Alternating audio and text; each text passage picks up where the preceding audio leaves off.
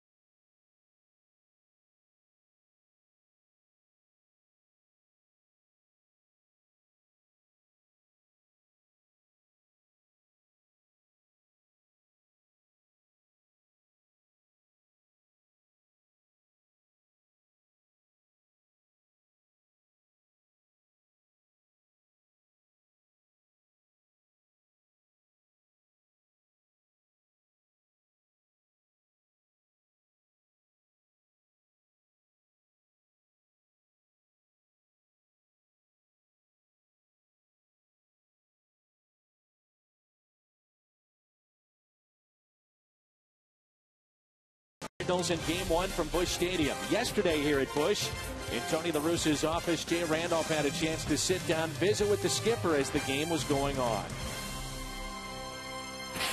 Well, when I told you out of camp that I liked the club, some of it had to do with the ability, the talent, the depth that we had at different positions, but a whole lot had to do with the make of our club.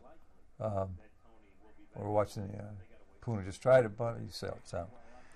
Anyway, what was apparent in spring training, we had a lot of guys that come to the park every day.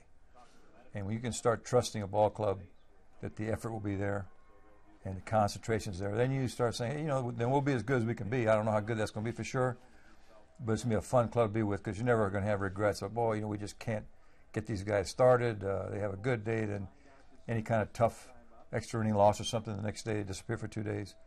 Makeup on this club is outstanding, and I think gives us a great chance to have a really exciting year. This is a very compatible group. Everybody cheers for everybody else. Everybody's watching everybody else. Everybody's ready to roll. Got a kick out of Loescha's impersonation the other day of you. They say impersonation is the greatest flattery that can come to somebody, but you got a kick out of that too. Oh, I was really tickled. You know, 'cause you feel like you have a good relationship with your team, but you know, you're still the manager. You don't know for sure what they're going to tell you. I don't like it. They just have to just keep it in the back of their head. But I was really tickled by that, and I definitely appreciated it. And I really look at, you know, I think our front office led by John Mosaic have done a really good job. You look at the guys, Jake Westbrook. He's a real good leader type and a tremendous gamer. Lance Berkman, with his record, and we had heard just for years about his in the clubhouse influence. You got Ryan Terry, we know his stuff. Gerald Laird, not as well known, but he was to us because Jim Leland had him and really liked him in Detroit. So you look up and down the moves that have been made to add to what we already had, and we were already really strong. This is a very good group of players.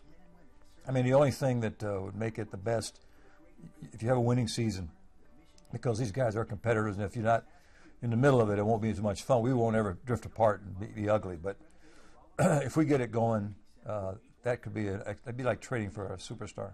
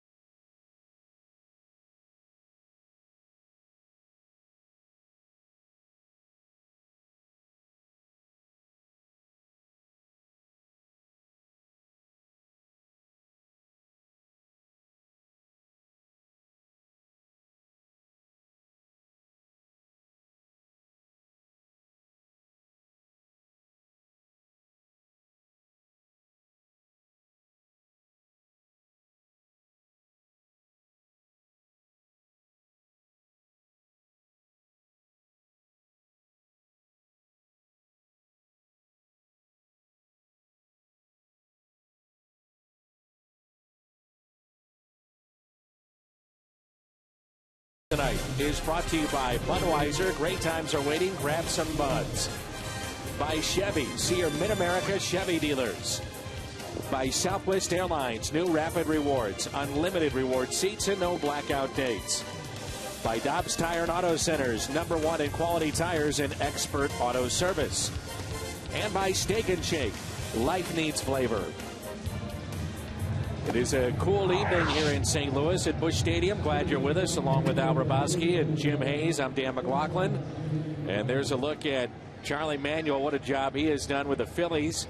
He's guided them to a couple of World Series, and one of those a World Championship. Tony La Russa back in the lineup for the Cardinals. And the lineup for the Phillies is brought to you by Southwest Airlines with Rollins, Valdez, and Ibanez. Then Ryan Howard, John Mayberry Jr., Francisco, or a speedster, Carlos Ruiz, and Cliff Lee. A couple of former teammates hooking up tonight. Jake Westbrook against Cliff Lee, both number of years in Cleveland, and this will be the 9th start of the year for the right-hander Westbrook. High ERA, like to cut down on those walks. We've seen glimpses of him pitching very well. And then we've seen times that the ball just kind of gets away from him. But this is a much different looking Phillies ball club. Injury, down hitting. Switch hitting, Jimmy Rollins leading things off, a former MVP who's hitting .270, pair of home runs, and 11 RBIs. The real concern right now for the Phillies is getting healthy, number one, but as you mentioned, scoring runs. Offense has been down this year. The pitching, though, as you might expect, very, very good. Well, the pitching has been outstanding, but you have to score runs to win. Oh, you do, Al. There's no doubt about that. And Charlie has seen his ball club. Part of it is injury. They'll get Utley back, hopefully by the end of the month. And Rollins strikes out. That's how we start the game.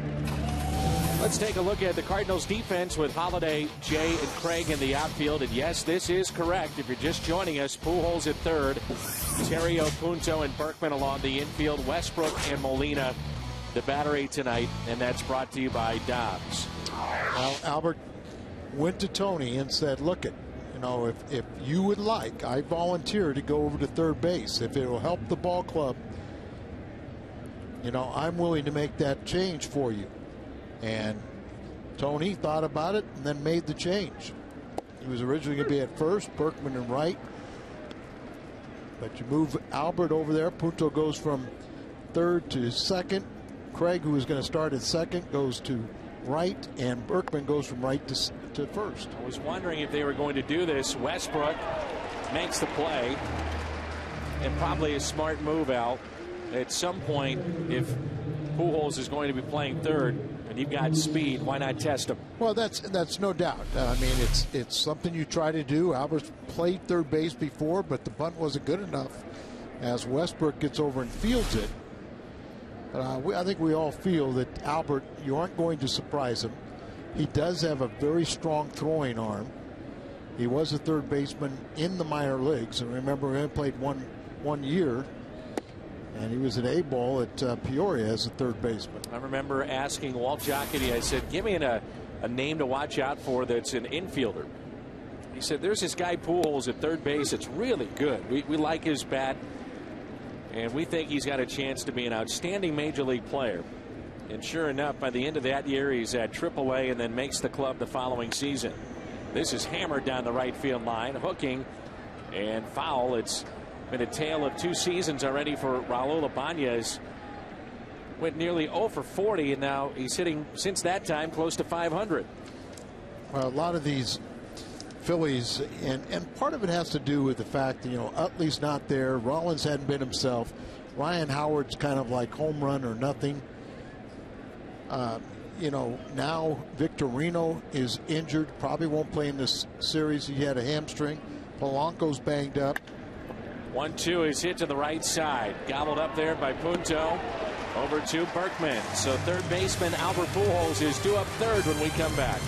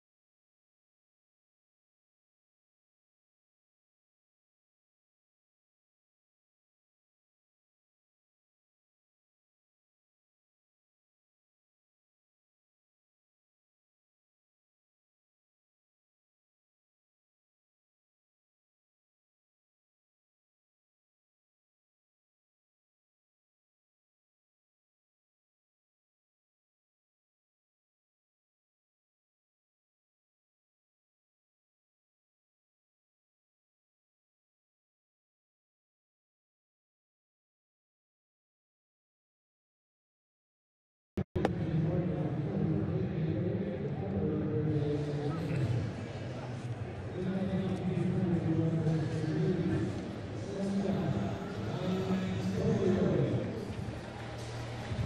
starts, one complete game for Cliff Lee and a record of 2-3. He's pitched much better, though, than those numbers indicate. Under 500 with 64 strikeouts in 52 and a third innings and only 7 walks. And as he took to the mound, he's throwing the other way. Never seen this, but his first pitch, he simulated going to second base. The only thing I could think of is just looking at see if the slope on the back of the mound is the same as the slope on the front, but I can honestly say I don't think I've ever seen that before. It's 62 degrees here in St. Louis, and we're anticipating temperatures dropping considerably here tonight. And the first pitch to Ryan Theriot is a strike.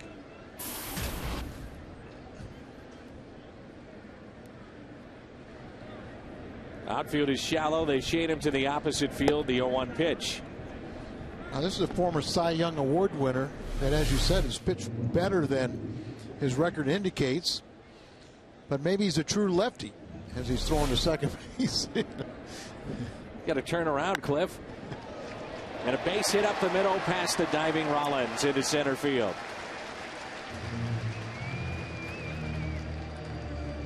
Ryan Theriot leads it off, then John Jay and Albert Pujols, Matt Holliday, Lance Berkman, Alan Craig, Yadier Molina, Nick Punto, and Jake Westbrook. That's the Southwest Airlines lineup. The defense by Dobbs, Ibanez, Mayberry, Francisco, Valdez, Rollins, Orr, and Howard along the infield.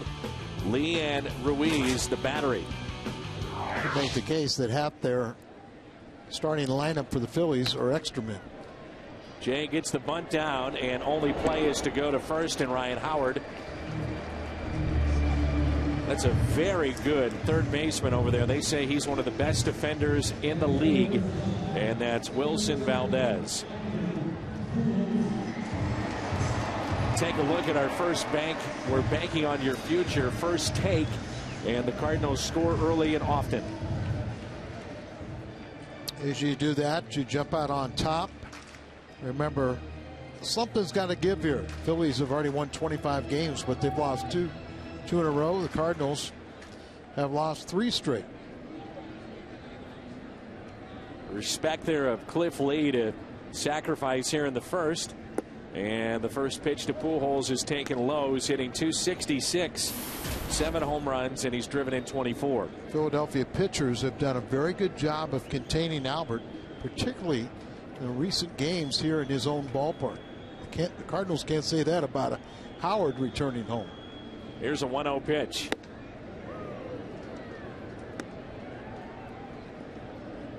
One ball, one strike.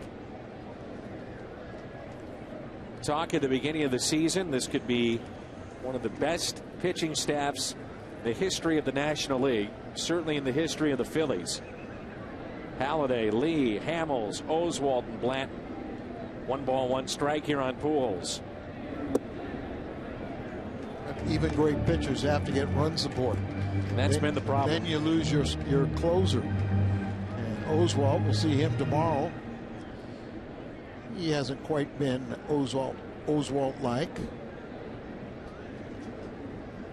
3-1 is Roy Oswalt with an ERA just over 3.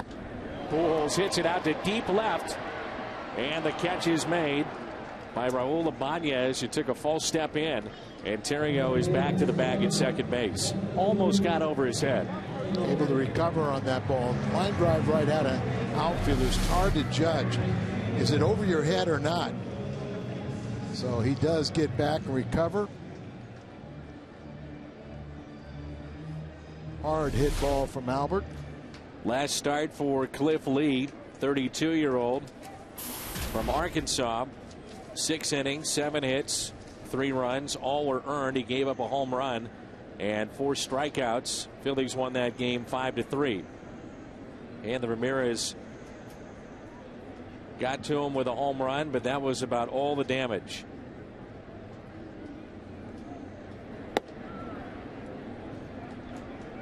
Terrific start for Matt Holliday, batting in the cleanup spot for the Redbirds.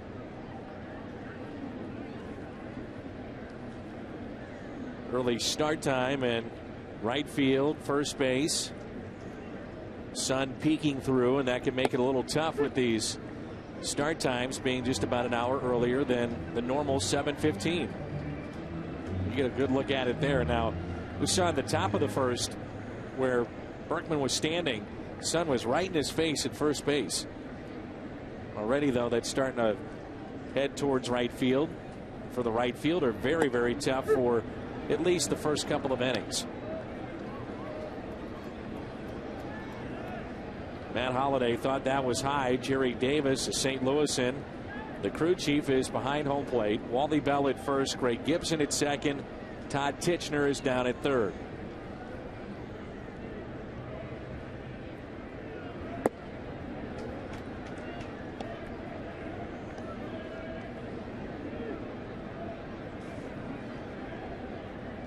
Berkman on deck, 2-2. Holliday still leads Major League Baseball with that high average, 379, but 0 for his last 6. The breaking ball is taken up and in. Phillies really came out of nowhere in many ways to get Cliff Lee. It seemed to be a 2-team race in the offseason to get him, either the Rangers or the Yankees. And at the last second, very quietly, Cliff Lee winds up with the place that he never wanted to leave, and that's Philadelphia. A lot of it had to do with turning down a bigger offer money-wise from the Yankees because of how his wife was treated by the Yankee fans. They didn't sign him until mid-December, and by the start of opening day, so they got a late jump on this. They say the merchandise for Cliff Lee jerseys and T-shirts finished up number 4 of all the players in Major League Baseball. The excitement around this team has just been unlike any other. So again, let's take a look at the big 5 of the Phillies: Halladay, Lee, Hamels, Oswalt, and Blanton. Halladay, Lee, and Hamels have combined for 3 Cy Youngs, 13 top 5 Cy Young Award finishes. You have a World Series MVP, 2 League Championship Series MVPs, 6 20-win seasons, and 13 trips to the All-Star game. Thinking about Halladay, yesterday, he lost his 2nd straight complete game.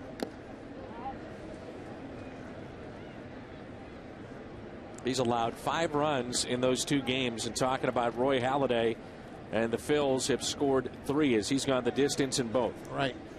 And they're just saying that he's on another planet now when he pitches. Lance Berkman batting .347, the first baseman tonight, 11 home runs and 34 driven in. Now they say on getaway days that he might be pitching. You know, usually the ball club tries to hurry up, get to the bus, get to the flight, and head to that next city. That Halladay will go the distance, and then the writers will go in looking for him, and he's working out up until just about the time that they have to leave. He grabs a shower, he meets with the media very quickly, and then he's out the door. But they say the guy is just an unbelievable worker. You know, that was something that never happened. You know, you didn't see guys after games work out. Of course, there was no weight room. There were no weights around, right. You know. You were lucky. I mean, trying to think if I ever saw an exercise bike playing with the Cardinals. 3-1 here. Alan Craig is on deck. 19 pitches in the first inning by Cliff Lee. And that's another walk, so back-to-back walks. And Dan, that is something Cliff Lee is noted for. How about this, Al? He had not issued a walk in 17 of his 36 starts. Yeah, great control. That one probably could have gone either way, but you see him walking people. He only had 7 coming in, 52 plus innings. So his second inning started with a base hit by Terrio, and then back-to-back walks to Halladay and Berkman. And here's Alan Craig. Craig in right field, hitting .289, 1 home run, 10 driven in. and a chance to do some damage here in the first.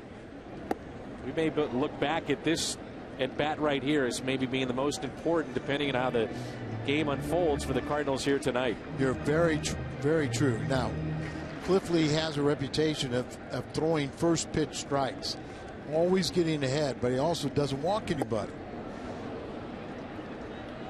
And like all good pitchers, you would imagine he would get very tough with runners in scoring position. He's 5th among National League starters in percentage of first pitch strikes, 68%. Last year he was number 1 in the American League at 70%.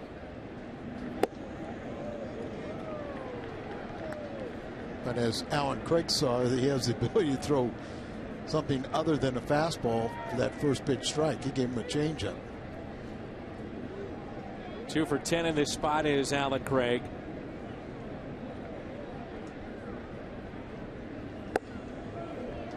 The thing about Lee too, Al, is that when he misses, he does not miss by much. Right around the plate, it seems like, on just about every pitch. You know, Alan Craig's had a young career, but 13 of his 27 RBIs have come with 2 outs. In the air out to right field. Have to battle the sun, and the catch is made. Ben Francisco. Cardinals strand the bases loaded. No score after 1.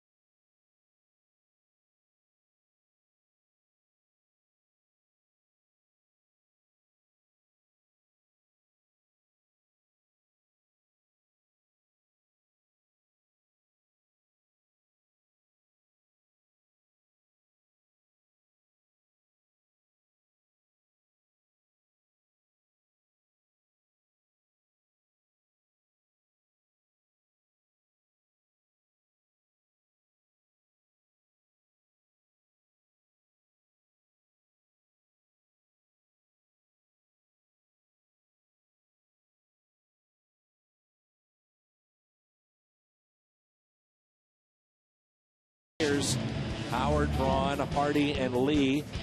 And Ryan Howard will lead it off for the Phillies. He's reached base safely, by the way, in every game that he's ever played at Busch Stadium. That's 21. On-base percentage of .520.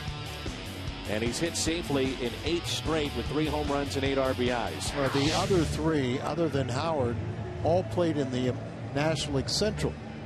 So they had a lot more bats than Ryan Howard, who, when he comes home, he must love his mama's cooking.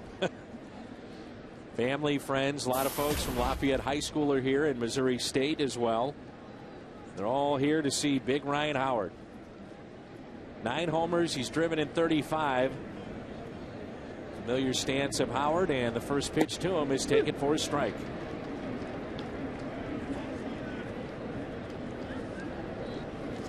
Talk about this offense, and the Phillies in 39 games already this year.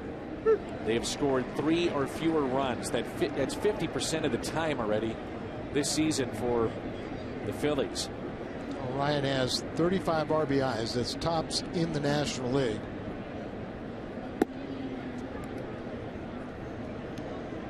On this road trip, he's 5 for 23 with a couple home runs.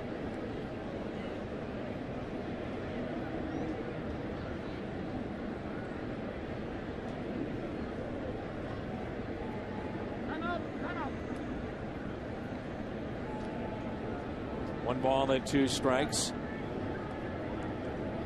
And it is a different looking lineup here tonight. With the injuries that they've been dealing with, they're banking on Chase Utley coming back in, giving them a little boost in their lineup. You see the last 4 games, what Howard has done. Shane Victorino is nursing a hamstring, so he's not here. And then you also have a guy like Jason Worth, who's now playing for Washington. So it's a different looking lineup tonight. Right, and Polanco's a little banged up too, but Utley, and a lot of it too is, you know, Jimmy Rollins got to get back to that form where he was just an outstanding player. Then you have, you know, that murderer's row when you got Utley, who is one of the best players in the league.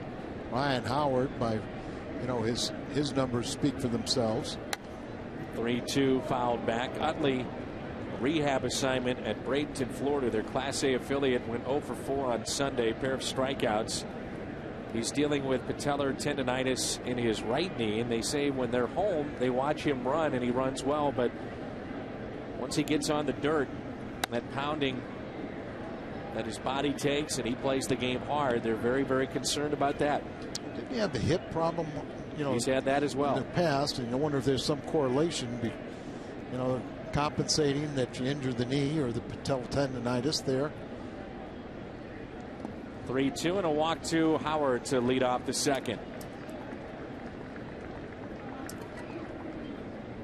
The battery here tonight for Charlie Manuel is Carlos Ruiz and Cliff Lee, and it looked like Ruiz maybe detected something, maybe a flaw in the first inning out with his delivery. Flipping the curveball, you know, it doesn't have that good downward action. Maybe throw more fastballs. Rich Doobie, the pitching coach for Charlie Manuel, was there listening. Rich saying, I'm just really enjoying watching these guys pitch. Here's John Mayberry Jr. I'm sure you knew his dad. Oh, played against his dad quite a bit. And then my first year in Kansas City, his dad was in spring training before being traded to Toronto. And John was originally a big prospect in the Houston Astros organization. A little different build than his son. Oh, yeah. And they still, Al, have not figured out who to play every day in right field. And there's talk that once they get everybody in place, this would be their everyday right fielder. Charlie Manuel really likes what he's brought to the table. Average near 300. Did they have a big prospect that was going to be the guy, and then he broke his hand in spring training? Yeah, and he's not done much in the minor leagues. Yeah. It kind of felt like they were going to miss Jason Worth. But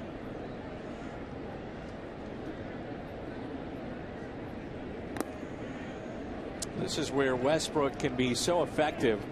Sinker baller and able to get the ground ball and potential double play.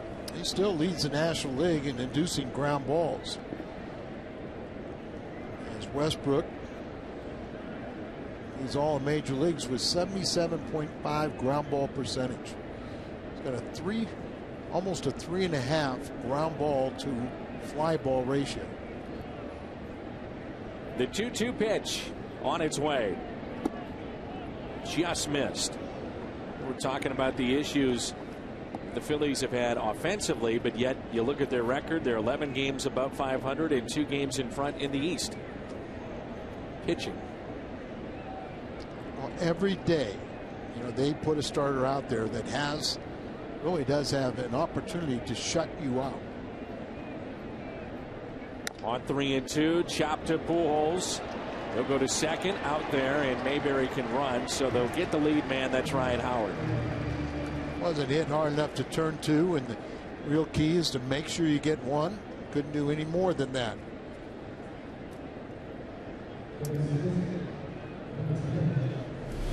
We know how alert Albert is to every aspect. Look at 2, making sure the bare hand is right there to secure the ball, but also it's easy to reach in, get that 4-seam grip, and throw a strike over to Terrio, chest high.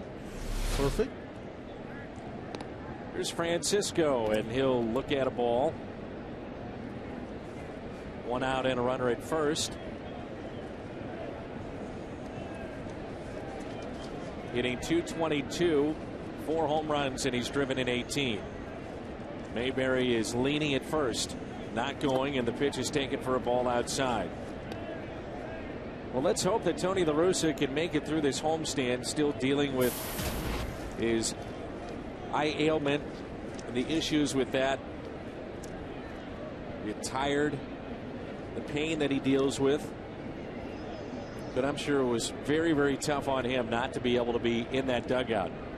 I mentioned that in our pregame show to Jay Randolph. Might be tougher to be watching on television and not be a part of it.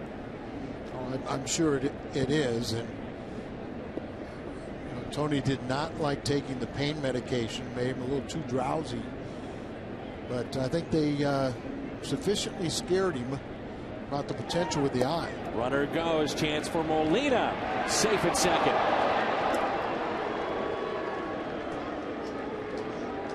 And running on a 3-0 pitch. See the throw, get the tag down. Very close. Looked like the hand got in there ahead of the high tag.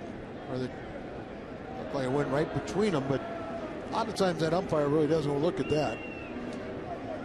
Put the glove down, and he puts the hands around the glove. So who gets there first, the glove or the hand? Third steal for Mayberry. And the count runs full. It's 3-2.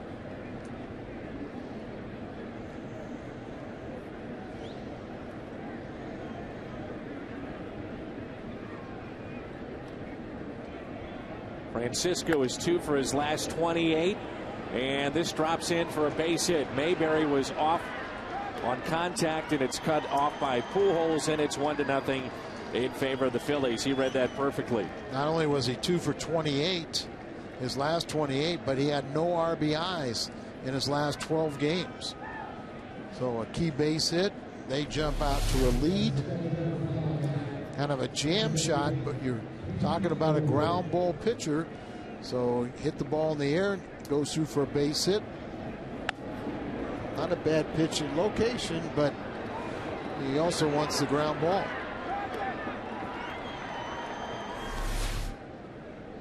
And it brings in Orr.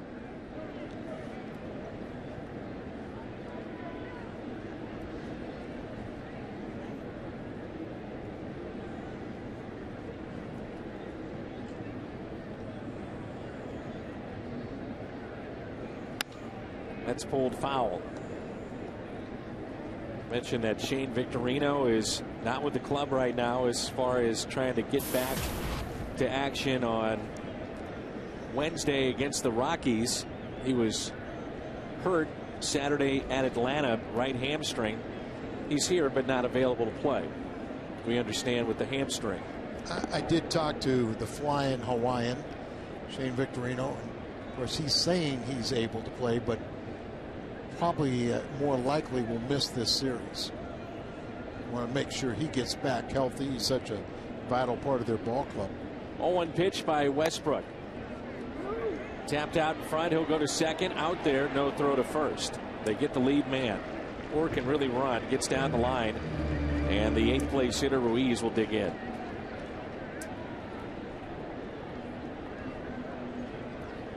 Really a chancy play there by Charlie Manuel to Mayberry steal on 3-0, and it paid off. Charlie, who is a great old country gentleman, and he was a hitting coach for a long time. Spent a long time in Japan before he started this very successful managerial career. And 10 seasons as manager. Spent a good portion in Cleveland before going to Philadelphia. But he's the kind of guy that likes to see his team run. He didn't know anything about doing it when he was a player. He was a slugger. But he likes his guys to be in motion. He got him. Out that time. Orr was leaning. RBI base hit for Francisco, who was 2 for his last 28, but he picks up the base hit to left and his 19th RBI. Orr is picked off, and the Cardinals coming up with Molina, Punto, and Westbrook.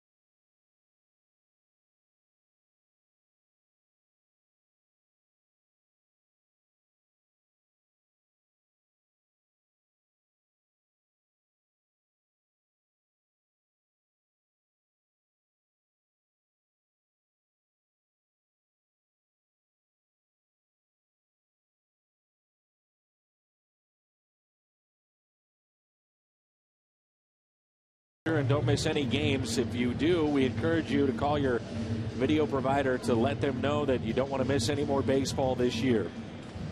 And we got a brief 4-game series here. This homestand, 2-2, 2 with Philly and 2 with Houston. And then we move to Kansas City. You see that very talented young club. One thing I was looking forward to, and disturbing to me to understand that good friend and former teammate Paul Splittorff is ill, and hopefully we can see him and wish him a speedy recovery. Second bottom half rolls in, and here's Yadier Molina, also a colleague of ours at Fox Sports Midwest. Paul Splittorff does a tremendous job on the air. 0-1 pitch, make it 0-2. Ever do a basketball game with him? I did. Very good. Did some Big 12 basketball with Paul, number of games actually. I said, what are you doing basketball? He said, it pays. I said, good enough for me. And he's very good. Nice man. And again, Molina calls time as Lee trying to work very quickly here. You always see Lee with the cap. The bill has always got a little dirt. Oh, it's rosin. Whatever it is, it's on the bill of his cap. Which always leads to a suspicion that I wasn't going down that road, and that's you. I'm suspicious, Al. You know what's interesting, though, is a lot of times a guy that uses rosin, but then it ends up being a black spot on his hat. Molina chased the pitch up, and a strikeout. See, Ruiz even set up high, that ball up, top of the strike zone, and even when you get it as a pitcher, you want to achieve, that's a pitcher's pitch, up there and even above. If you can get guys to swing at it, very difficult to get on top of it. Usually a pop-up or a swing and miss. You know, the amazing thing about the Big Five that we're talking about here with the Phillies and Lee deciding to come back to Philadelphia, and Roy Oswalt agreeing to a trade there, Halladay agreeing to a trade there, is that it is a hitter's haven when you talk about the Citizens Bank Park. And it's, notorious for being a tough media town. Mike Schmidt, frequently the Hall of Famer, was booed throughout his career. Santa Claus has been booed in Philadelphia. We were at the game at the old stadium where J.D. Drew, they threw batteries at him. Here's a 2-1 pitch. That could happen in any stadium, and just a handful of dummies shouldn't affect the reputation of a city. But we were there for the famous tasering night. Tasering night. Guess that's the way to explain it. It's the only way to explain it. Was a night game. Lee, nice play, and takes a hit away from Punto. Look what I found. Thing was a rocket back at him. He says he's all right. He's got a smile out there. Well, Dan, there's times when you release the ball, and that was and that's one of them. You don't even see it, but it hit the glove. And watch here. You think he sees this ball? Oh, he turned his head completely, but the glove was right there. There are times when you will release a pitch and you don't see it, you can catch it. There's other times you see that ball coming at you and you can't recover quick enough to get a glove up. Wow, was that close to being a serious, serious injury? That's why I was always a moving target. You were all over the place. Herky jerky, throw it, and charge those line drives. And quickly Lee the strikeout of Westbrook, 2 in the inning, and we play 2. It's 1-0 Phillies.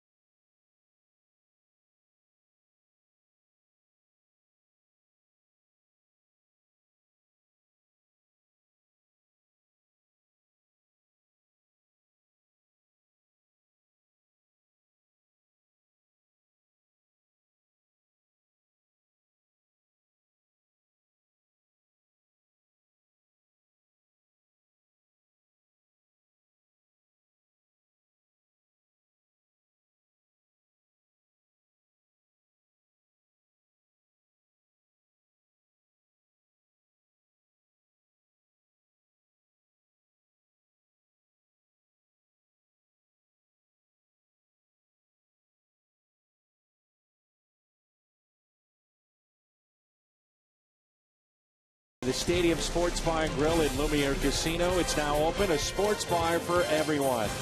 And by Steel. Are you ready for Steel? Beautiful Forest Park here in St. Louis. Glad you're with us. The middle of America where it's chilly and windy here tonight. Game time temperature of 62 degrees.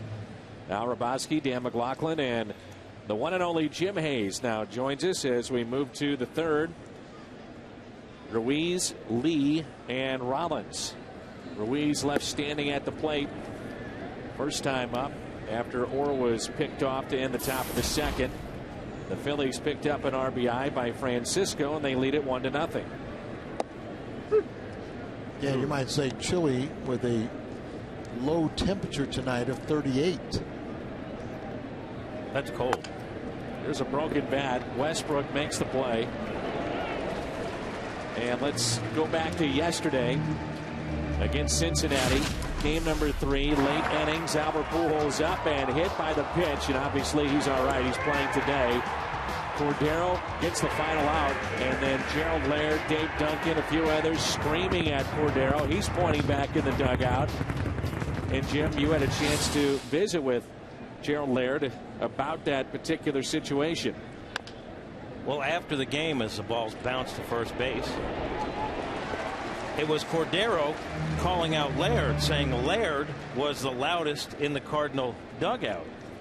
So I asked Gerald about it, and he said when they plunked Pujols, a lot of guys were yelling at Cordero, and he said maybe he picked me out because we're former teammates and I was the easiest guy to recognize. But he said as far as the yelling and Cordero getting upset, he said if I'm behind the plate and we plunk Votto, I'm going to expect guys to yell at me. So he thought the whole thing was overblown. Some tempers flared. Well, they hit arguably the best player in baseball, and that's going to get your ire up after everything the two teams have been through. But Al, in that situation, I'm sure the last thing he's trying to do is hit Albert Pujols. And Albert read it right. It was an 0-2 pitch that just got away. This is hammered out to deep right center field. Craig on the move. He won't get it. Hops over the wall. It's a ground rule double for Jimmy Rollins. And Albert stated the obvious. They're not going to intentionally hit me to put on the winning run with the likes of Holiday and Berkman coming up behind me. So it was just a pitch that got away, and here's a pitch that you'd like back. But they do catch a break that it's a ground rule double. Rollins probably would have gotten 3 out of it. Rollins is 1 for 2 with that double, standing there at second base with 2 outs, and here's Wilson Valdez. Valdez grounded back to Westbrook. He's 0 for 1. But it does add even more fuel to the fire of that rivalry, which is now alive and kicking between Cincinnati and St. Louis. You know, the Cardinals had their shot at Cueto and couldn't do anything with him. Cheney was at the helm there in Cincinnati, and you know, just some of the quotes of today's players that, and Tony's guilty of this too, that think that you have no right to throw a ball up and in. Well, it's not that easy to pinpoint every pitch, and that's part of baseball. The problem is most hitters dive across the plate. They don't ever expect to pitch in. They do not know how to get out of the way of an inside pitch. But you would agree it does add to the rivalry for sure. I think it's a nice touch. Mitchell Boggs, icing on the cake, huh? Yeah. Mitchell Boggs got into it at the end. He said, because there's the opposing pitcher just glaring into our dugout and pointing at guys. Yeah, so the game's over, and I can understand both sides there, but there's where the icing on the cake comes. And Mitchell with the sun heading right into the dugout, relaxing and resting comfortably right now. They're trying to watch the game, but they're fighting the sun. Yep. Down there in the bullpen.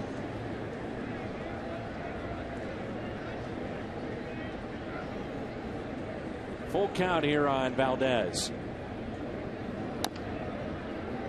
Slowly hit towards third. Valdez is their third baseman. If you're wondering, Pedro Feliz, who has ties to both the Cardinals and the Phillies, is now with the Camden River Sharks of the Independent Atlantic League.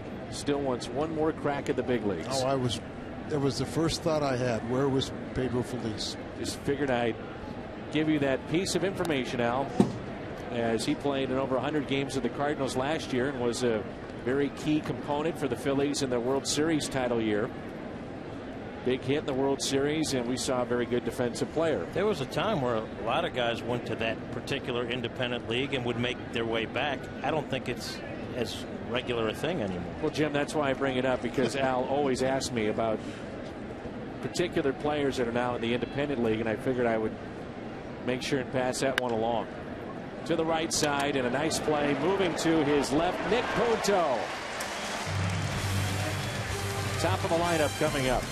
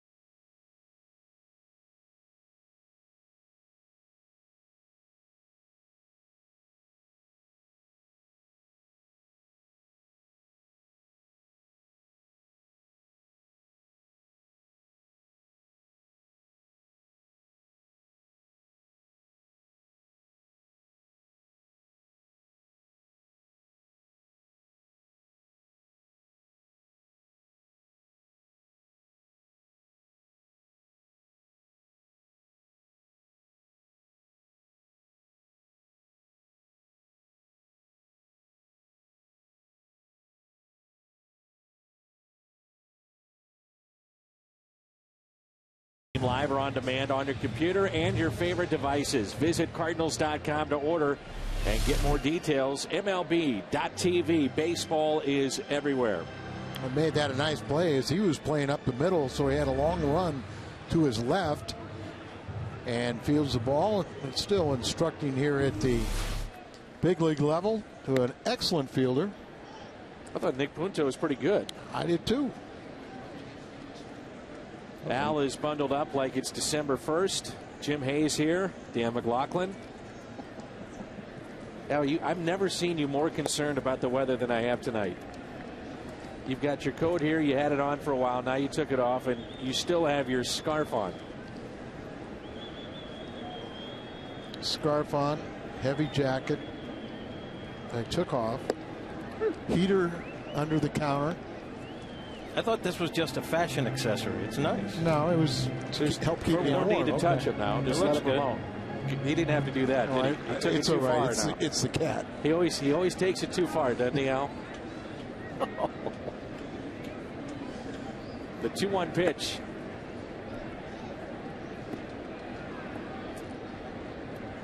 I looked at the pool today and I said, I want to go swimming. Al, I've seen you bundled up for the postgame show. Now, I understand that. There's a wind tunnel that will hit you when you're over there spewing the outstanding information to all the viewers. And you were bundled up. It's really a nice sight to see. It's not spewing. It's relaying. Relaying, okay. It's a better word. But either way, Combination. you're bundled up, Al. I've got winter clothing on, and it's psychological that, you know, when I pitched cold weather, I'd be like Lee, no sleeves. Well, now I found out what gets at you is the cold weather, because I've never seen you more concerned about cold weather than tonight. And when we're on the road for Jim Hayes, it's trying to find a ride home. Well, you guys always have limos picking you up. We have never had a That's limo. a reason why we Never. Like we always have limos. That's taken low, and Terrio is aboard. Second time that he's been on base. Cardinals' new ticket pricing system is here. Dynamic deals and field level tickets to see the Cardinals and the Phillies May 17th, and the Cards and Astros May 18th and 19th. Just $20. So for this homestand, you can get field level seats for just $20. $20. That's it. We've got $5 seats in play tonight for terrace level, and also the $20 seats for field box level as well. But that's tomorrow and the next two games. And Al, you'll be happy to note that Thursday's a day game, so you'll be nice and cozy. Thank you.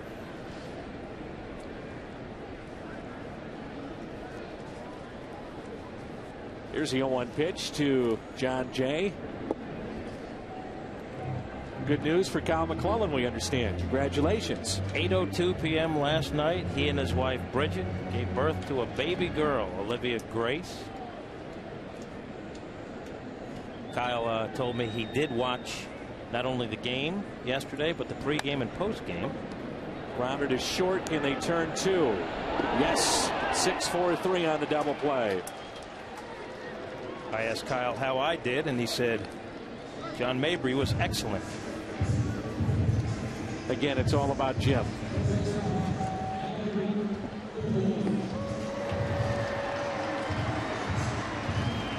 Here's Pujols.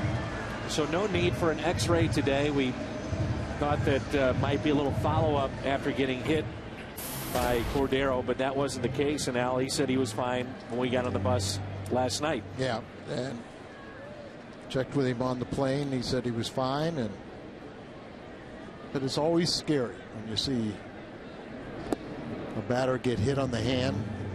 I guess all we have to do is refer back to David Freese. Tony told me when Albert broached the idea about playing third, Tony said he was concerned about Albert throwing to first. Albert said, I'm fine.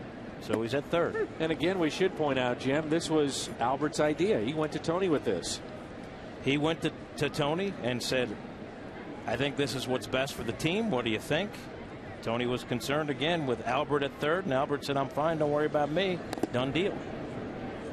And it's 1-2. Pujols lined out to left his first time up. I wonder if this was the conversation right here. And you wonder if it's in Spanish or English. Very likely was, because the initial lineup we received showed him at first base and then later was changed. 1-2 is chopped to short. Jimmy Rollins, one MVP, retires another. And Jim, we will check in with you on the postgame show. Nicely done.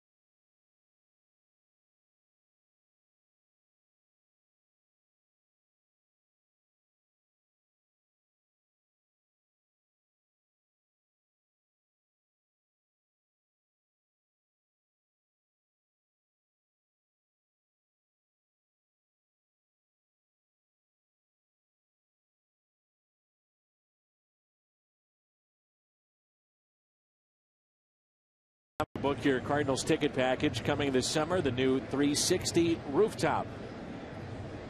Al Rabosky, Dan McLaughlin with you. And I will admit to you, Al, it is a bit chilly, and I wish I would have dressed warmer. It's not bad yet. Get over here, big guy.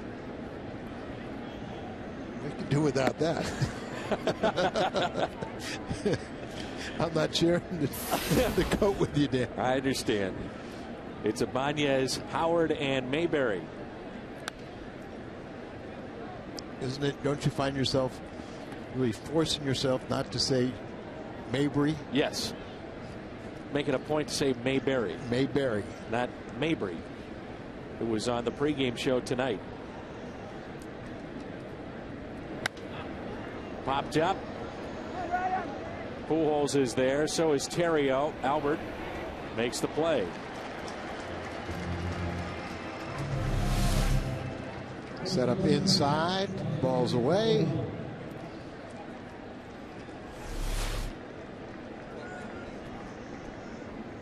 So what does Jose Oquendo do here with Albert Pujols? And we should, note too, Al, and tell folks many times Molina and Albert Pujols are taking ground balls at third and at short. Yes. Before the first pitch of ball games. It's just one way for them to loosen up and break up the monotony of some of the routine that they go through throughout the summer. That's right. And Oquendo and Patini recognize as two excellent infield instructors, and they've got their work cut out this year.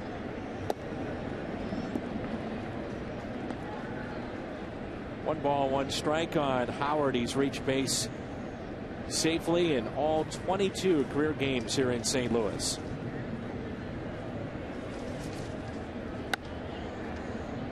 So Howard has done so. That was updated here again tonight with a second inning walk. He's hit in 8 straight games here at Busch Stadium. 13 for 28, 3 home runs, 8 RBIs. Career .388 hitter in this park with 8 bombs. Check swing, and he held up. They talk about how, especially at Citizens Bank Park, Al, Ryan Howard is so good at letting the ball get deep in on him. That's why we see him with great power to the opposite field. Right. You can get that ball almost by him, but then a little quick flick of the wrist, he can still hit the ball out of the ballpark to the opposite field. I remember asking Walt Jocketty, I said, how did this guy get away right down the road at Missouri State? So we see a 3-2 pitch. And he said, our scouts had him projected as a great hitter, but we just didn't know if he could defensively play at the major league level. And there was concerns with running and those type of things, but if you can hit, they'll find a spot for you. Well, that's my theory, and even if that's the case, you can always send him to the American League and DH. But you have to recognize his power potential. And the second time that Howard is walked. See where Fox Track says looked like it could have gone either way, and a confirmation of it.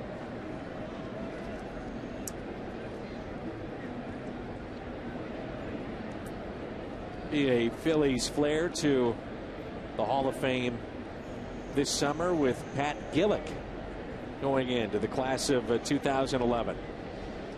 First met Pat Gillick. He was executive in Houston.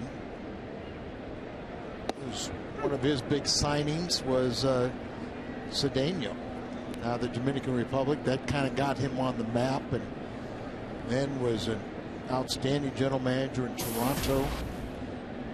Came to Philadelphia, went to Seattle, back to Philly. Right? Is he an advisor now? He is. Also, Benny Looper is part of their front office. Braden's uncle, who I played with in the minor leagues, the Cardinals. Cardinal farmhand. He's been a scout for many, many years now. Ruben Amaro Jr. is their general manager. Here's a 1-1 pitch. Ruben Jr. His father was a long time a major leaguer, but also a long time in the Phillies organization.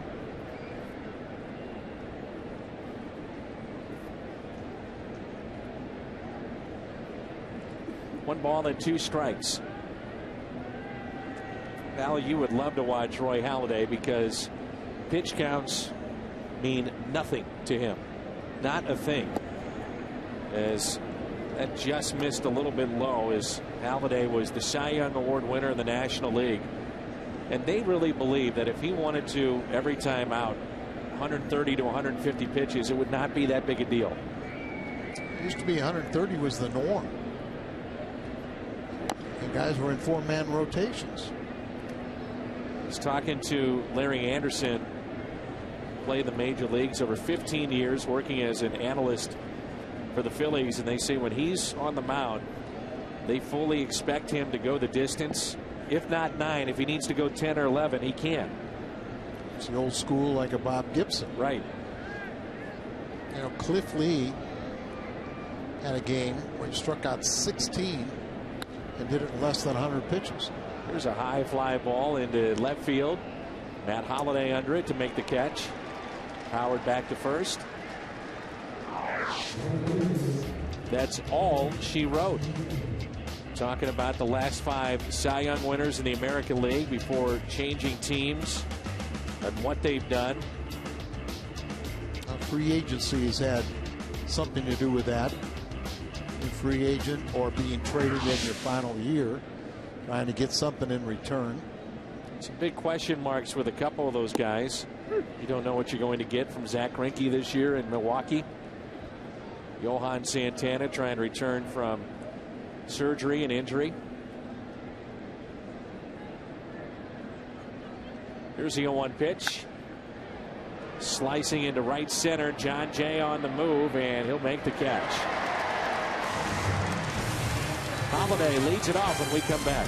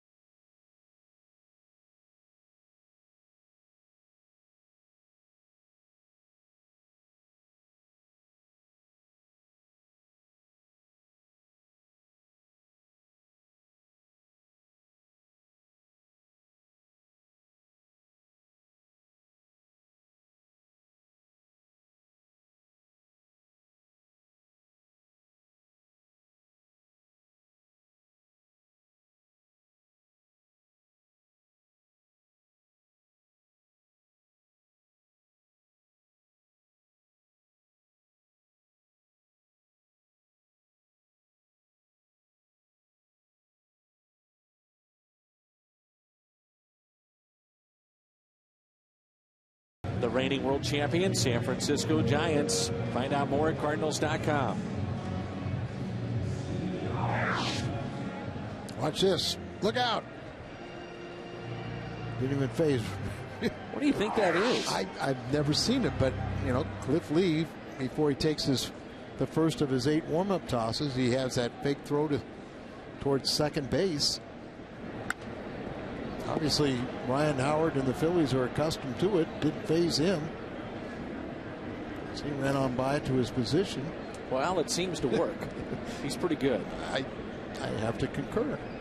Now, I have seen, and we talked about this when we were in Atlanta, Tim Hudson will throw uphill the back of the mound towards the rubber. He'll go towards second base and then actually throw uphill. And the idea there is that once he then throws downhill, that it accentuates the point of trying to finish off his pitches. I'll tell you, pitchers are a different breed. And he's right-handed. That's something a lefty would do. 2 balls and 1 strike here on Matt Holliday, who's hitting .379. Walked his first time up. And a bit surprising tonight has been Cliff Lee with 3 walks. Another thing surprising is Holliday has 13 home runs against Philadelphia pitching.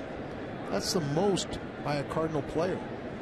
You would think Albert or even Berkman would have more than that. It's not like he was in the same division. No.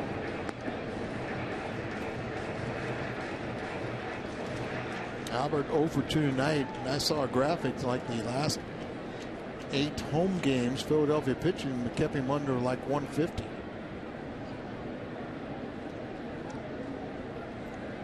The 2-2 pitch.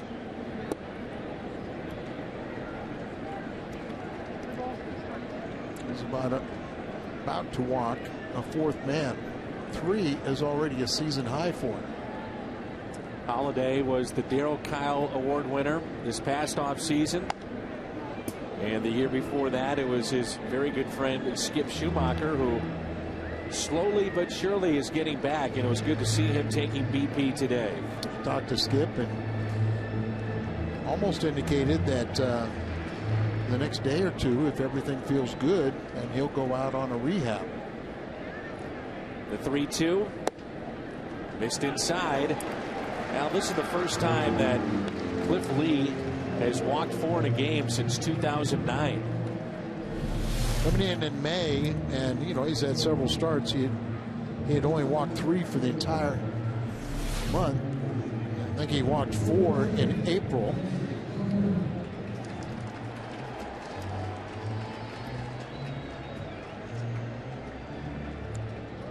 Switch hitter Lance Berkman. The Big Puma to the Big Puma. Those two saw each other right before first pitch. Lance Berkman saw him. He was near the tarp down the right field line. And Lance, to his credit, stopped everything and went over and took a picture with him. Now, this is right before first pitch.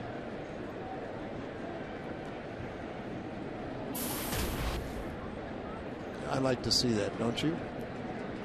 Class act. Yeah, just recognize that. Interact with the fans. 1-0 pitch.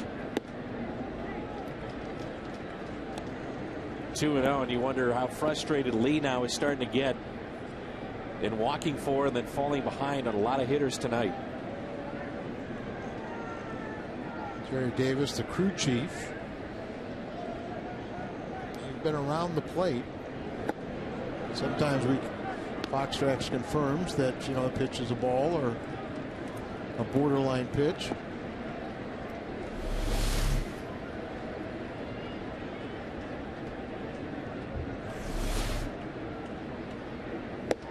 Ooh, right down the middle, swung through the pitch. Berkman swinging the bat a lot better from the right side. 3 of his 11 home runs have come right-handed.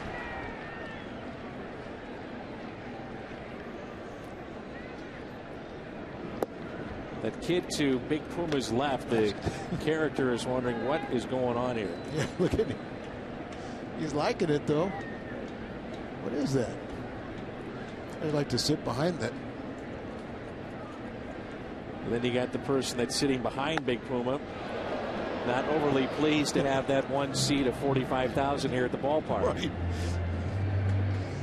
Are you kidding me? This is the guy I have to sit in back of?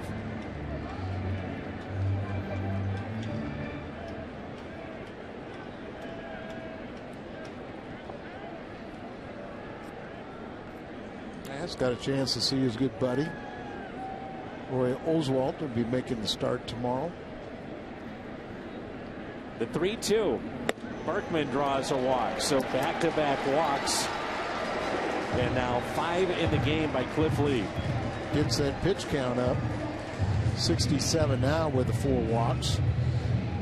And Holiday and Berkman have received, it's 5, right? It's 5. Yeah, they've received 4 of the 5. You know, Al, we've talked about offensively the injuries that the Phillies have been dealing with, but also in the back end of their games. Brad Lidge, rotator cuff strain. They hope to have him back before June. Jose Contreras, strained right flexor, is out, so Ryan Madsen has been the guy that's been closing games out. As we turn to our trivia question tonight, which is the only team in Major League Baseball to not have a 3-game losing streak this season? Our AT&T trivia question. Phillies go back to 2010. It could be the Cardinals because they have a 3-game losing streak right now. First 5-walk game for Cliff Lee since 2006. Alan Craig came up with 2 outs and the bases loaded. The ilk of a pitcher like Lee, you don't know how many chances you're going to get. 0-1 pitch.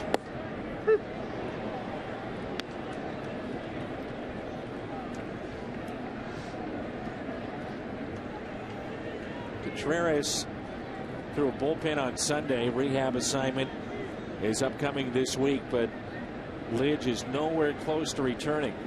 There's a nasty breaking ball and a strikeout for Cliff Lee, and that's his 3rd of the night.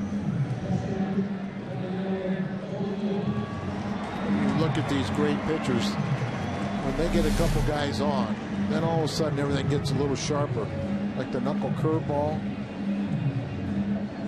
And obviously you're going to pay a lot of respect to Holiday and Berkman. You work on the lesser hitters or ones that you don't know as much about.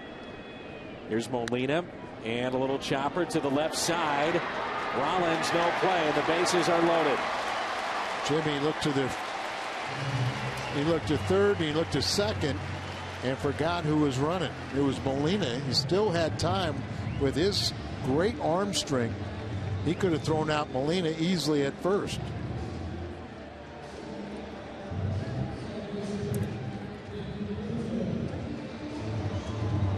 It's only natural, though, when you see this ball in the hole and you see Jimmy up towards the middle to get it. He looked at second, he looked at third, but forgot about looking at first with Molina running. So this is the second time tonight the Cardinals have had the bases loaded. Punto, a .292 hitter in this spot in his career with 1 grand slam. Line back to Lee his first time up. First pitch right down the middle for a strike. So 5 walks, and the Cardinals have 2 hits against Cliff Lee.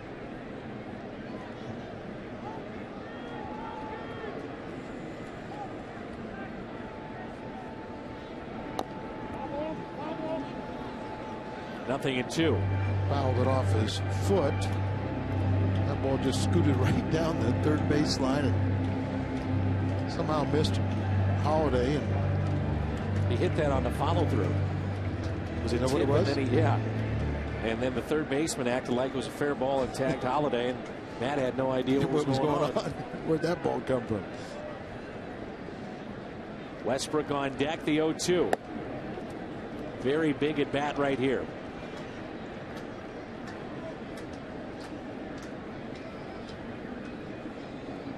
Might be playing a little deep for Punto.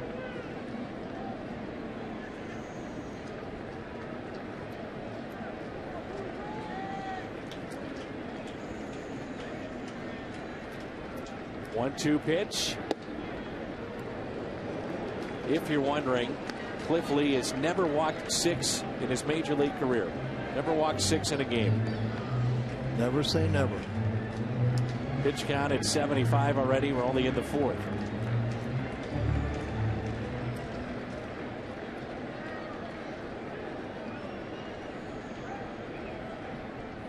Punto into right. That drops in for a base hit. Throw to the plate. It's a force play and safe. Holiday is in there. How was that close?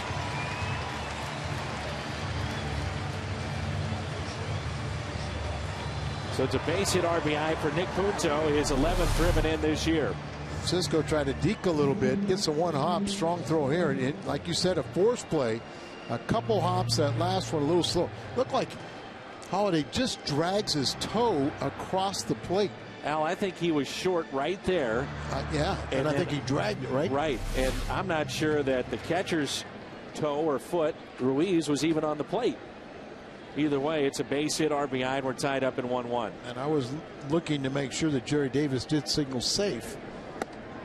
If he doesn't signal, you know, it's because he's saying, okay, he missed the plate, and he could tag it, but he did call him safe right away.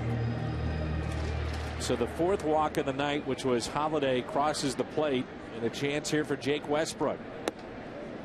2 balls and no strikes. Then a look at Matt Holiday scoring the first run. See, the catcher's foot's not even on the plate. No, kind of jumps at it. Might have got on the toe, but he definitely dragged it across the plate just to accentuate. You could see the dirt on the plate with Holiday's toe dragging across. And time is called at 2 balls and no strikes.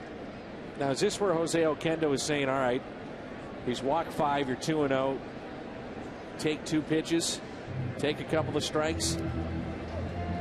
He was squaring right before the pitch was thrown, or to be thrown. Don't want to hit into a double play. That's something the Cardinals have done an awful lot of. And sometimes you can square, but with no intent. Berkman kind of bluffed coming down the line, and Jake swung at. You have to believe the conversation, but you have to swing at strikes also.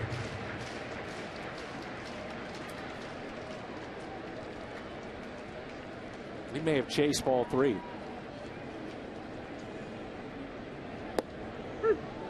Two and 2.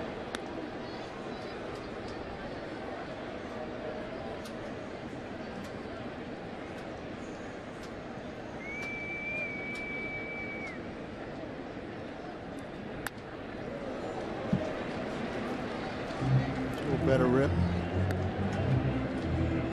Don't hit into a double play. Swung around to right in the outfield. Big gap out left center. Well off the left field line. Right fielder playing closer to right field line and shallow. Good at bat here by Westbrook. May notice the B on the front of the jerseys of the Phillies. We understand it's for minority owner that passed away. Last name of Buck, if you're curious.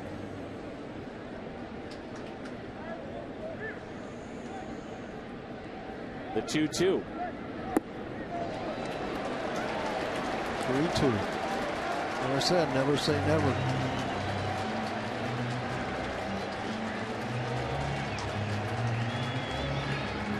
Wouldn't walk in a run either, would he? Already with 5 walks tonight. And now 4 strikeouts.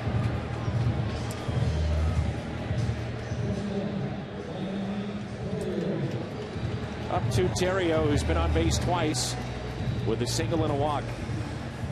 Cardinals this season have been so good at picking up 2 out base hits, driving in runs.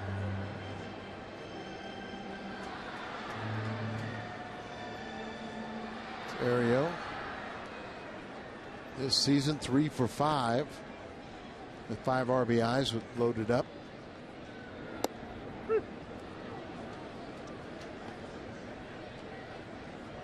Wonder what's going through Cliff Lee's mind, Al. I guess in a night like this where you fight mechanics to an extent, as we saw in the first inning, and then the walks have added up to 5. Terrio fights it off into shallow right, drops in for a hit. A run scores, the ball gets away. A play at the plate and out.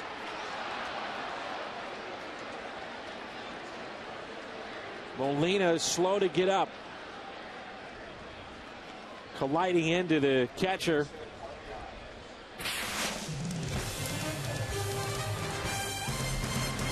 It's 2-1.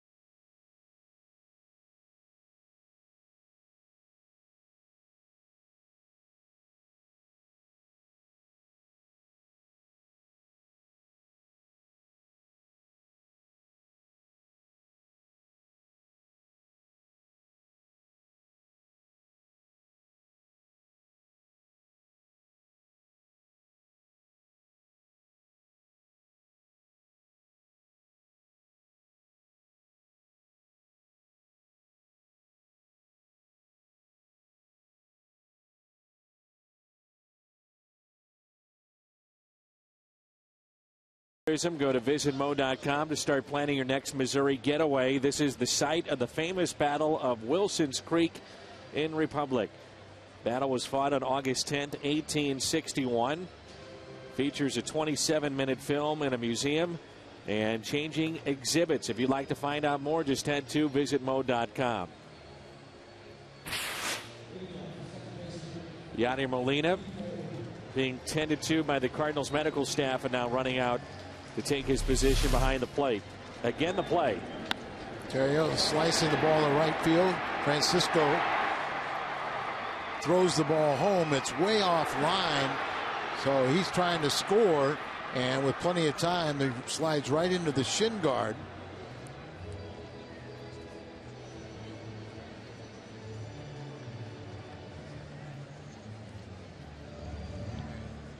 There was knee to knee. The shin guard, and of course Yadi Running didn't have a shin guard on there, but he says he's okay. He's saying watch for the bunt for Albert Pujols with Orr up, and he looks at a strike. Westbrook and the Cardinals here in the 5th with a lead of 2-1. Orr is 0 for 1, then was picked off at first as he reached on a fielder's choice back in the 2nd inning.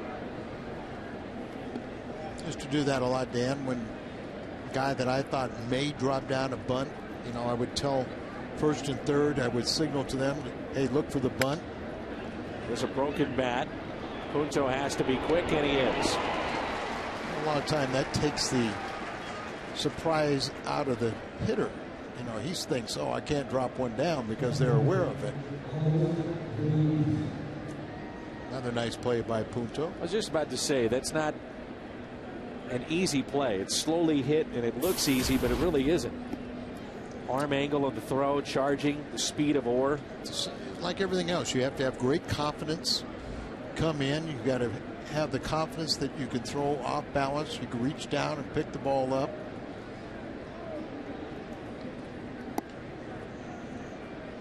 Ball low and outside to Carlos Ruiz.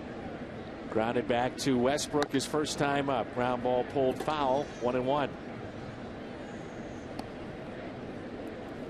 Keep an eye on what's happening with the Cubs and Cincinnati, and it's 2-0 Chicago. That's in the bottom of the 5th. Al, the Reds right now are 18-10 inside the Central Division, as this will find the season out of play. If you go back to the beginning of 2009, I was looking, the Reds have 113 wins in the division. That's most inside any division of the National League. And that's usually you, in order to win your division, you have to clearly win the majority of those games, and they have. Popped up on the infield. Nick Punto calls for it, 2 away. Carlos Zambrano in that game is looking for his 11th straight road win. The mission continues, and this summer Fox Sports Midwest is joined with the mission continues, and they will help renovate the Able Senior Citizen Center in Rolla, Missouri. Easy for me to say. Cardinals game lounge and other improvements. MissionContinues.org to find out more. There's a base hit for Cliff Lee.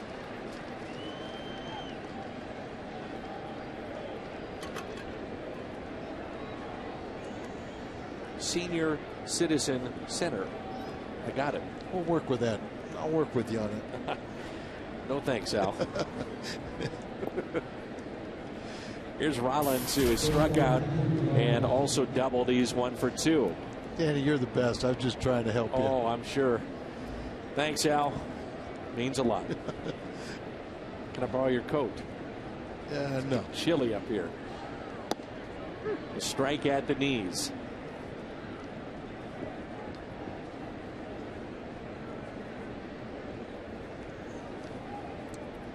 Cardinals caught a break with Rollins back in the 3rd inning. It was a ground rule double. Ball that went over the wall in right center. Probably would have been a triple with his speed. Haven't talked about it, but he's a free agent to be. You know, Jimmy Rollins a few years ago was as good a player in the National League. And MVP. Yep, MVP, but I mean, really playing a demanding position as shortstop, and just the things he could do on the diamond. Hard hit to the right side. That's a base hit. And Lee stops at second base. Thought about going to third. Put on the brakes. Jimmy, just not to that degree anymore. You know, and not that he can't recapture it. The Phillies are hoping he does. In the 270s, but just 2 home runs, 11 RBIs. And you watch the pitcher go around the second and need some new brake pads. Runners at first and second, and now it's Valdez. As Al told you, this would normally be the spot of Polanco, but he's a little dinged up right now. Polanco needs 112 hits to reach 2,000. Still, he led all Major League third baseman in fielding percentage last year. He's the hardest hitter in the National League to strike out. He's just still a very good player. Remember how good he was with a runner at first, and just the thing that Tony La Russa would love to do. If he needed to sacrifice, if he needed to hit and run, he always hit down on the ball. He would hit it to the right side. He was a winning type player. Yeah, and you know, Polanco even this year is hit 390 with runners in scoring position. Set a Phillies record for most hits in April. 0-2 pitch. And the other thing too was versatility.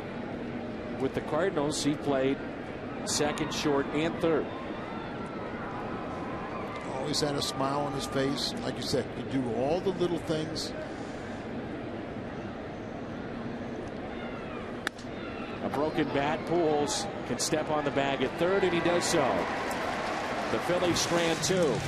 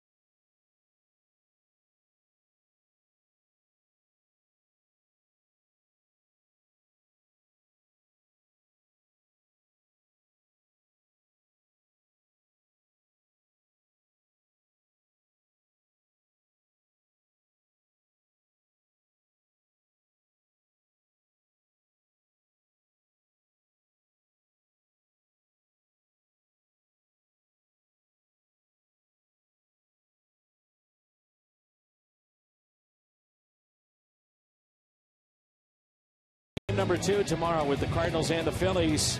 Roy Oswalt 3-1 against Jaime Garcia. He's trying to go to 6-0. Budweiser, what's on tap? Game 2 with the Phillies and the Cardinals.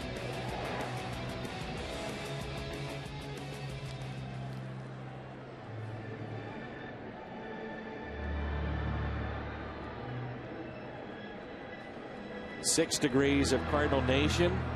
One player connects with another, which seems to go through generation to generation. We'll have that tomorrow on Jaime Garcia right before our first pitch as our buddy Dan Hyde puts those together.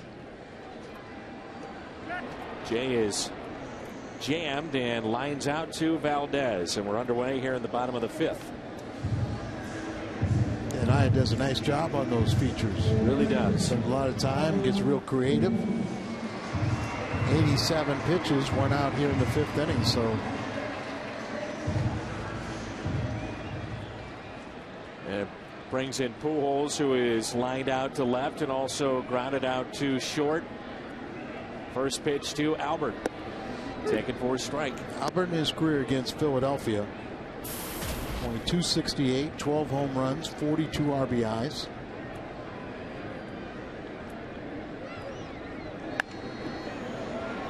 Rollins to his left.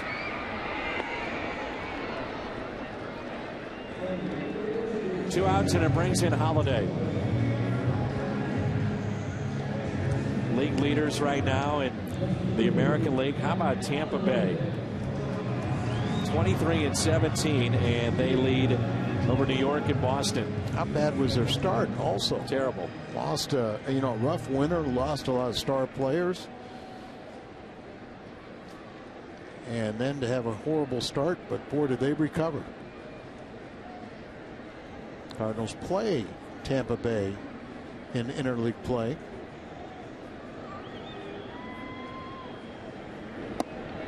Inside to Holiday. Cleveland is 24-13.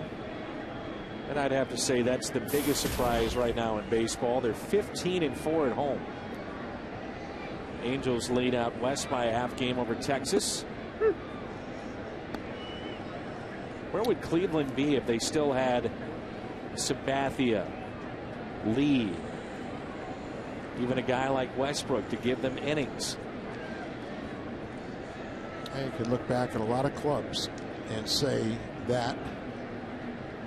Now, I don't think you say it about the Cardinals, though, can you? The Cardinals really haven't lost a lot of players.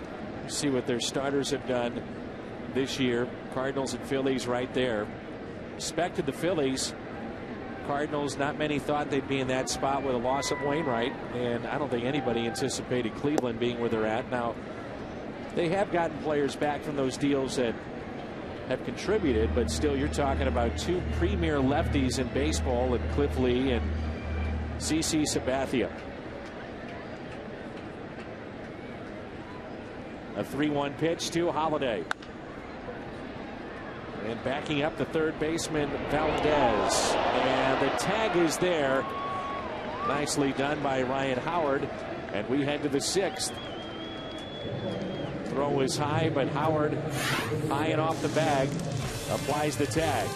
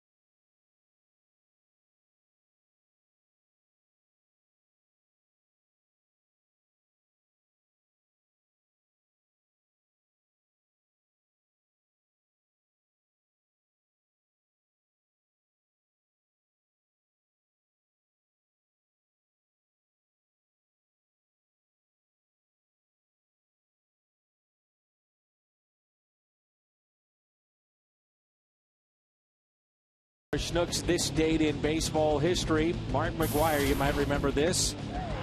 545 feet. Look where it lands. Wow.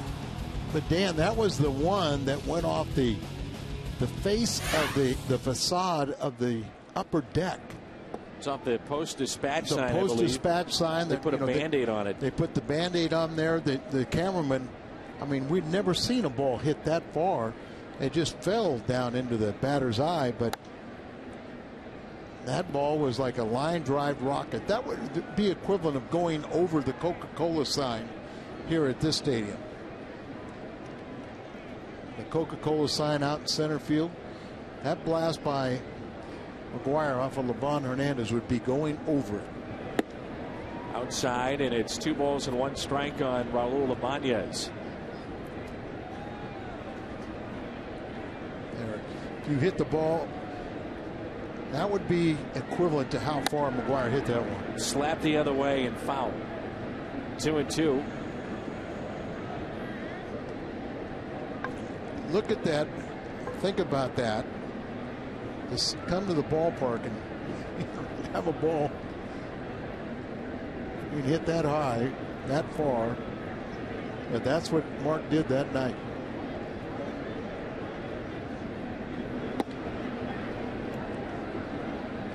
Three and 2.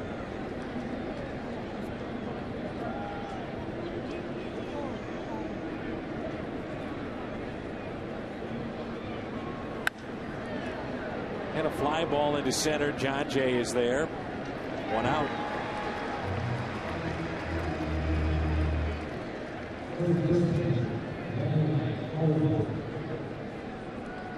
Brings in Ryan Howard, who has a pair of walks tonight. But think about it, Dan, with, you know, Utley out, no more Jason Worth, you got some younger players around him. You go into this game saying, don't let Ryan Howard beat you. So the fact that he's walked twice is not that surprising. Remember the first workout we had here in 2006? Pujols hit one over the seats beyond the bullpen in left field.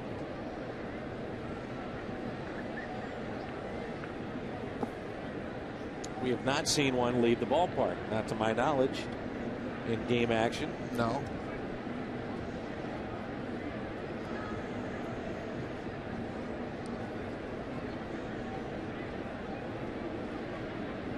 The 2-0-2 Howard outside, 3-0. Kind of looks like that is the game plan, is do not let Ryan Howard beat you. And the way he's hit Cardinal pitching, particularly at home, that's a smart idea.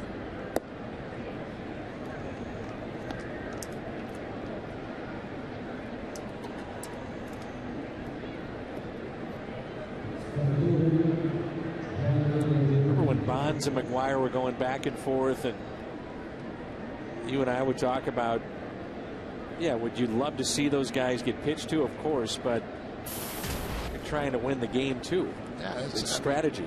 2-1. Ryan Howard owns this ballpark, so the most important thing is to get the guy out ahead of him and then pitch around him. And then he must get the guys behind him.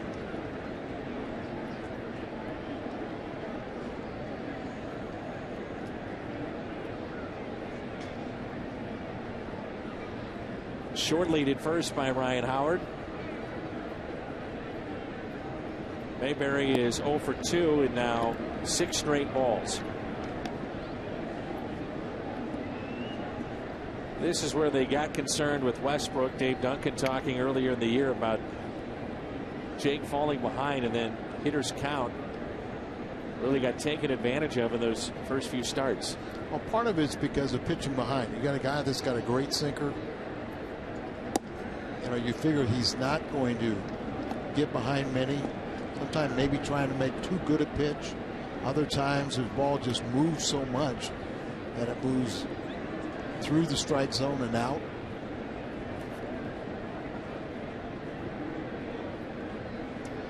The 3-0 pitch.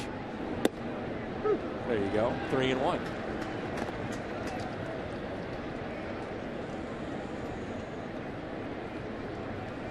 wonder how Tony's feeling. I know these games were very, very tough on him physically when we were at home right before the road trip. Fastball away. Good pitch. The only thing you do with that is you pound it in the ground.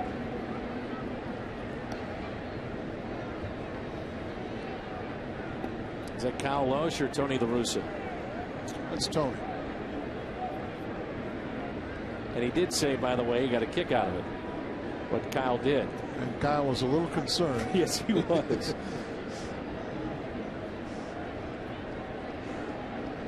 Went for his teammates egging him on. Same thing, fastball away. 3-2 pitch. Could be a double play. Cut off by Pujols. Out at second. And out at first. They turn the double play.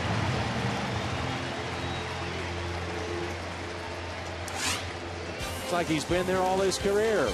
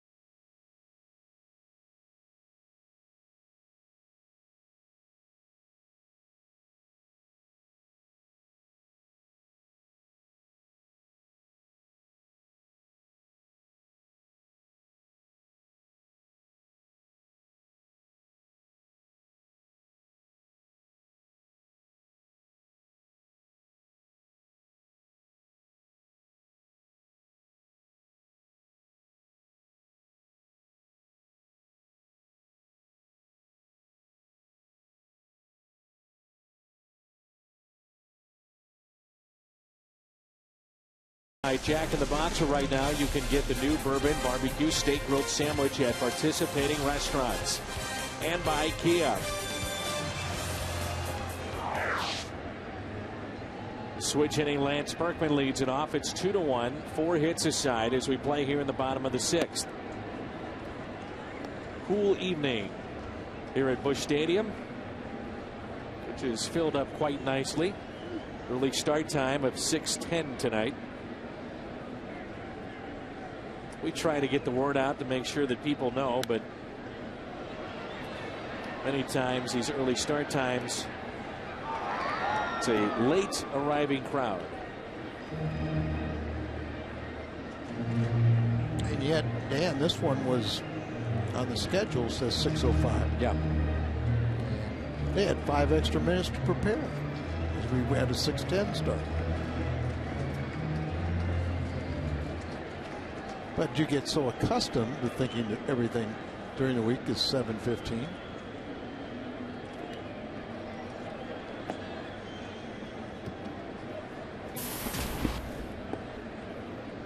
Two and 1 the count. Lance Berkman putting together an all-star type year so far. Not a great road trip, but finished with a couple of hits yesterday, including a home run. It's 2-2.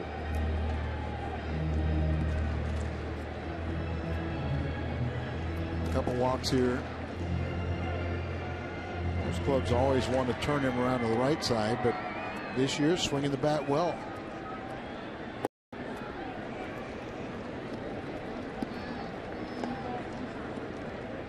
Craig on deck, and then Molina.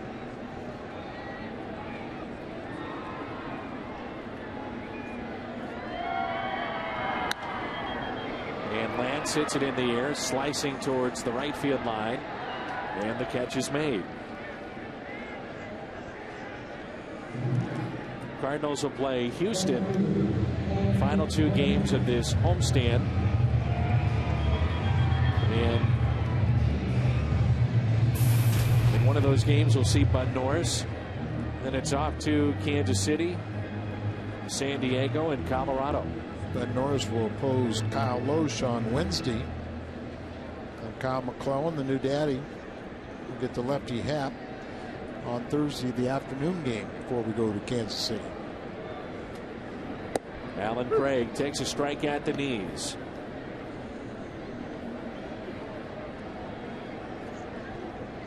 Will Kansas City still be a 500-plus club when we get there? Craig shoots one into left center. That'll hang up there for the center fielder tonight, John Mayberry Jr.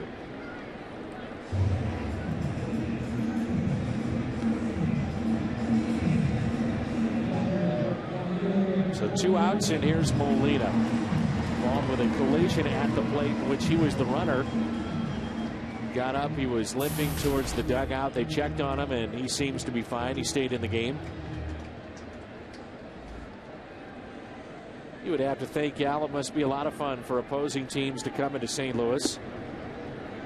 You look at the wall in left, retired numbers, the names, the history of this franchise. Out in the plaza, you got the statues of the Hall of Famers when you walk into the ballpark. And I always thought the way the Cardinal fans come through the turnstiles and how they, appreciate the play of the visiting players. I thought it was a great tool for, signing potential free agents. Molina retired on a wide throw, but an easy 1-2-3 inning. Francisco or Ruiz coming up.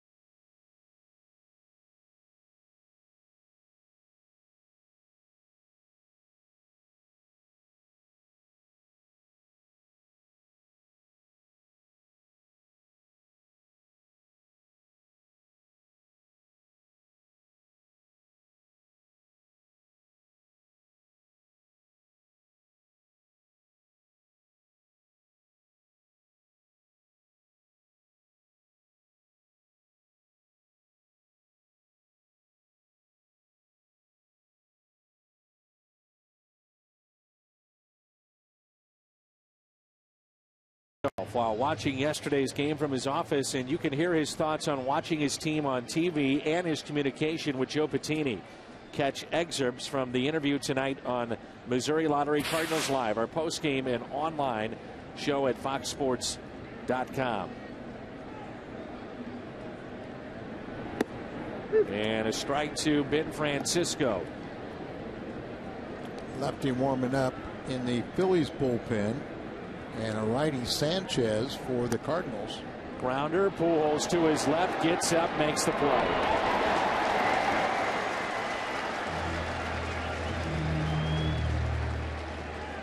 Nice sweet play by Albert to his left. Scrambles up. Look how easy he just guns the ball over there. I'm not surprised. I'm sure you're not either. No, not at all. You know, when he was at Class A Peoria, the Midwest League, he was rated as the best throwing arm by an infielder. Mentioned frequently, we see he and Molina taking ground balls at short and third. And once again, it was Albert's idea for him to move to third base tonight. Give the Cardinals a better defensive lineup.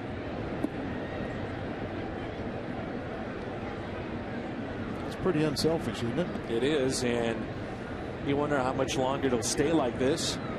Tony La Russa would make that, say, hey, let's keep that permanent. Let's keep Berkman at first permanent. Gives us more flexibility with what we might want to do at second and in right. And with Schumacher out, Freeze out, Lance could play first base. That's where he's played the majority of his games. But Descalzo's done a good job. But with the lefty Lee on the mound, he didn't want Descalzo over there. So Alan Craig was going to play second base. It's probably not real fair for him. Popped up. Shallow left. Terrio going out. Called off by Holiday. Makes the catch. Voting is now open for the All-Star Game in Phoenix, and you can help send your favorite Cardinals players to this year's All-Star Game. Vote up to 25 times. You can vote now. Vote very often at Cardinals.com. Reds have come back and tied Chicago 4-4, still batting in the bottom of the sixth. That was a 4-0 lead. Now there's even a scenario that if you wanted to improve your defense late innings, you could have a guy like Punto take over in second. You could move a Schumacher to right even. He's got the flexibility to move to the outfield too.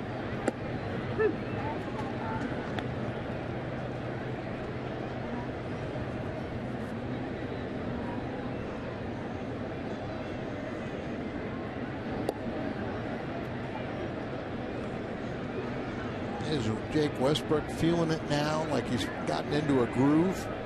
He's at 108 pitches. Probably more likely he knows this is his last inning because he's working a lot quicker. Hit to short. Low throw picked by Berkman, and it's time to stretch. Good work by Jake Westbrook here tonight. 2-1 in favor of St. Louis.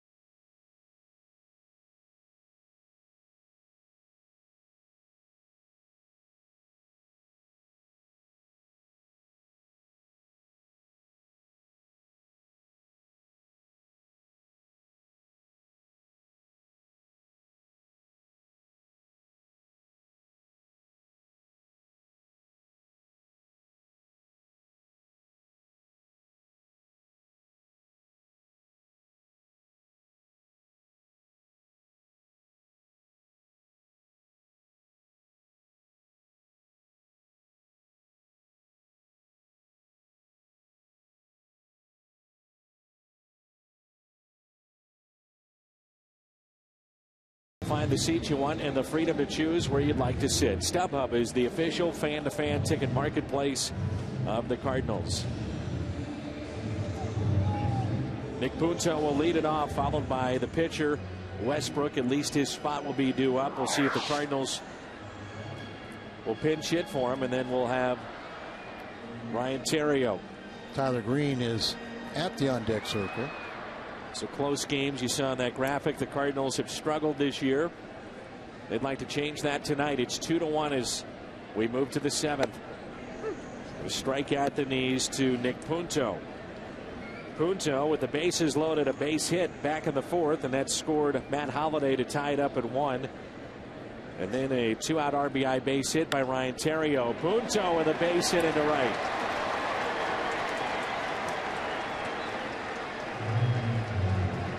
Tyler Green now called back, and Kyle Loesch will pinch hit, or is that Tony La Russa?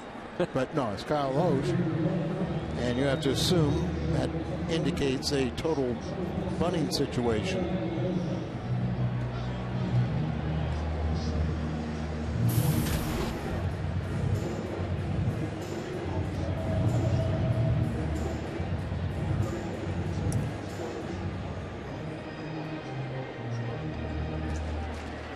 Nice job by Jake Westbrook.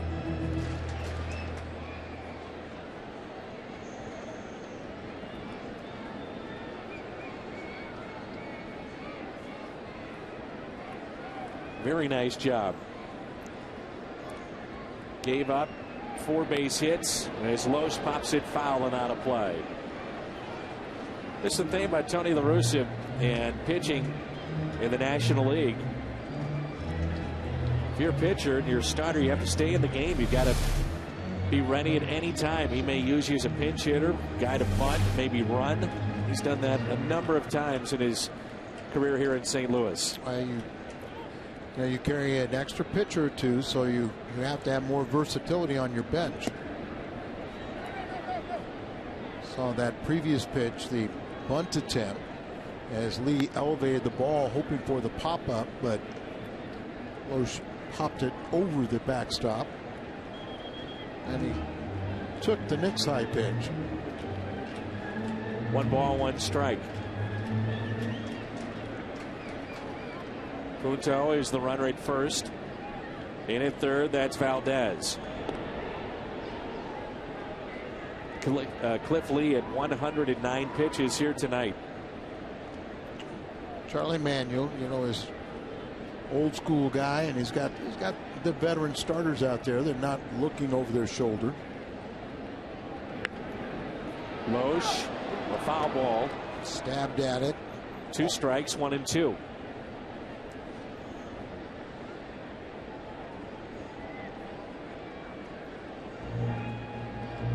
Semi-smile, wasn't it? Or was that for a foul ball?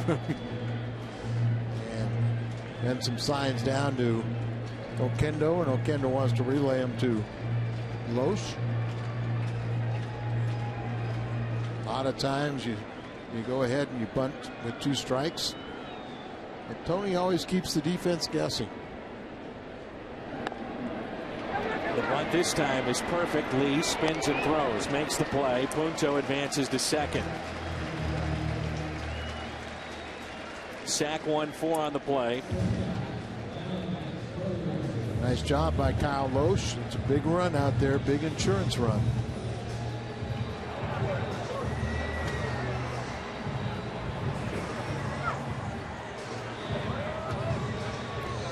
Bottom line is he got it down. Well, Theriot on base 3 times, 2 singles and a walk.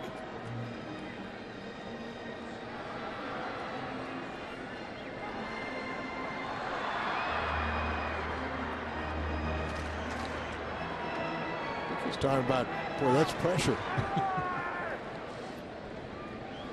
Bad enough when it's your own game, but when you're trying to help somebody else win, manager sends you up to do one thing. He got it done. Big run out there at second base. Lee is due up first for the Phillies, looking ahead to the 8th.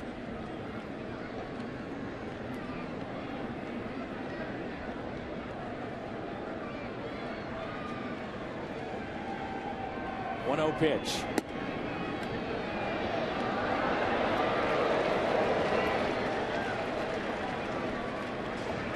Want to get that good secondary lead, but you also have to know what your limit is. How far can you go and still get back?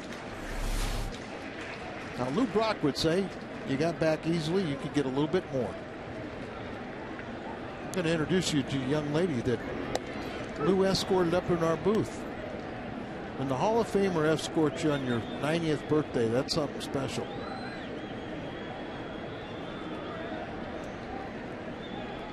Two balls, one strike. Runner at second in the 2-1 game here in the bottom of the 7th.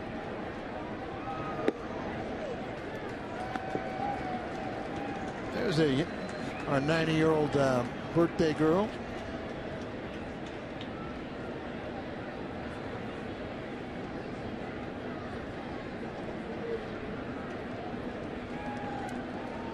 The 3-1 right down the middle. Lou is the absolute best. What a neat man. You and I were both at the unveiling at the Lou Brock Sports Complex at Lindenwood. Statue. Beautiful statue. 3-2 pitch. Taken for a ball. That's the first time he's ever done that. 6 walks in a game for Cliff Lee.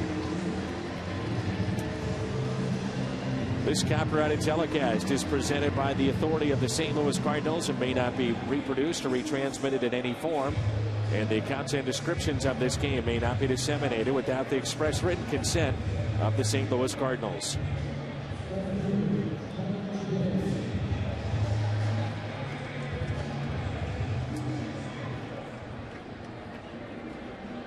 Runners at first and second for John Jay.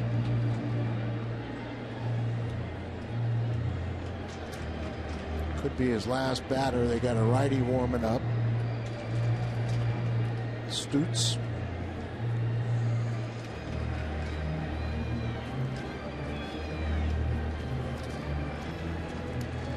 First 8 starts, a total of 7 walks, and tonight was 6.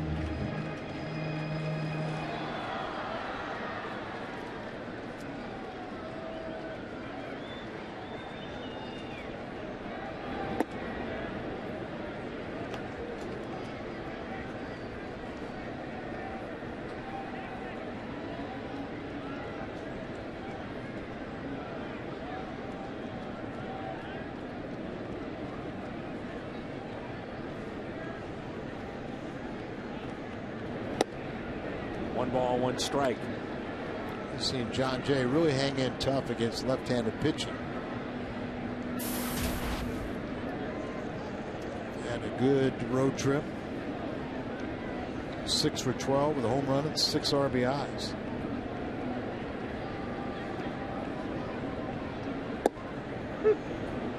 One and two.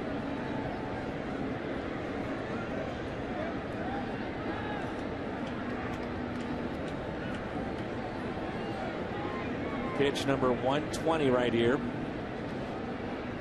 The 60s, you'd probably say starters averaged between 120, 130, and a 4-man rotation, which with throwing batting practice in between. Well, Nolan Ryan believes that's the way that his minor leaguers should be pitching, extending them, going longer into games. 1 and 2 the count.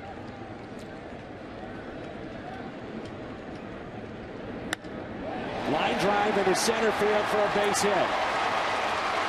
Throw to the plate, not in time. The run scores to make it 3-1, and Jay comes through.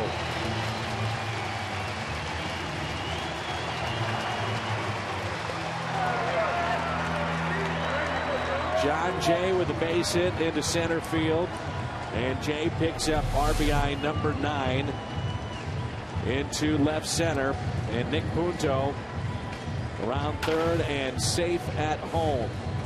Safe and secure New York life. Knockout blow for Lee. And we go to their bullpen.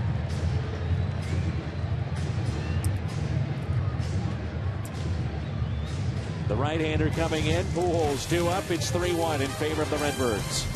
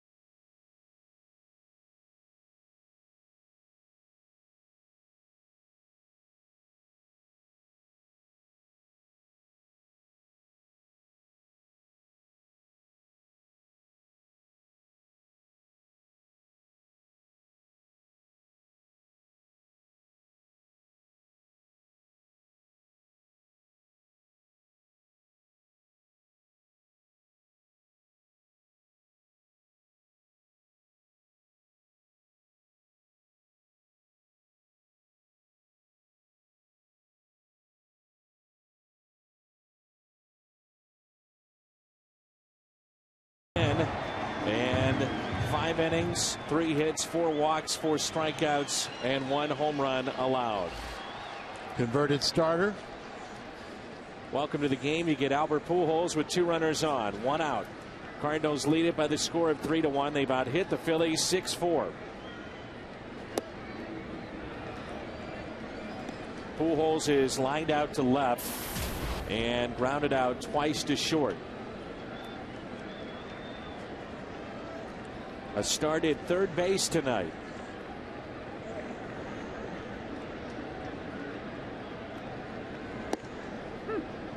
.93 on the gun.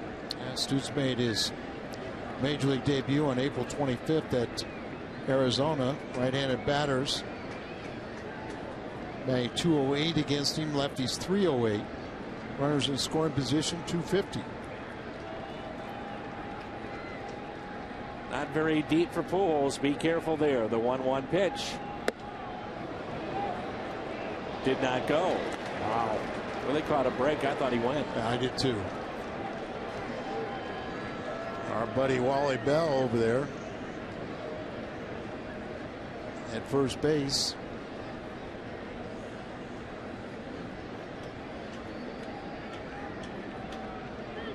.78 bats without a home run for Pujols. Will he change it here on 2-1? A slider in the dirt, 3-1.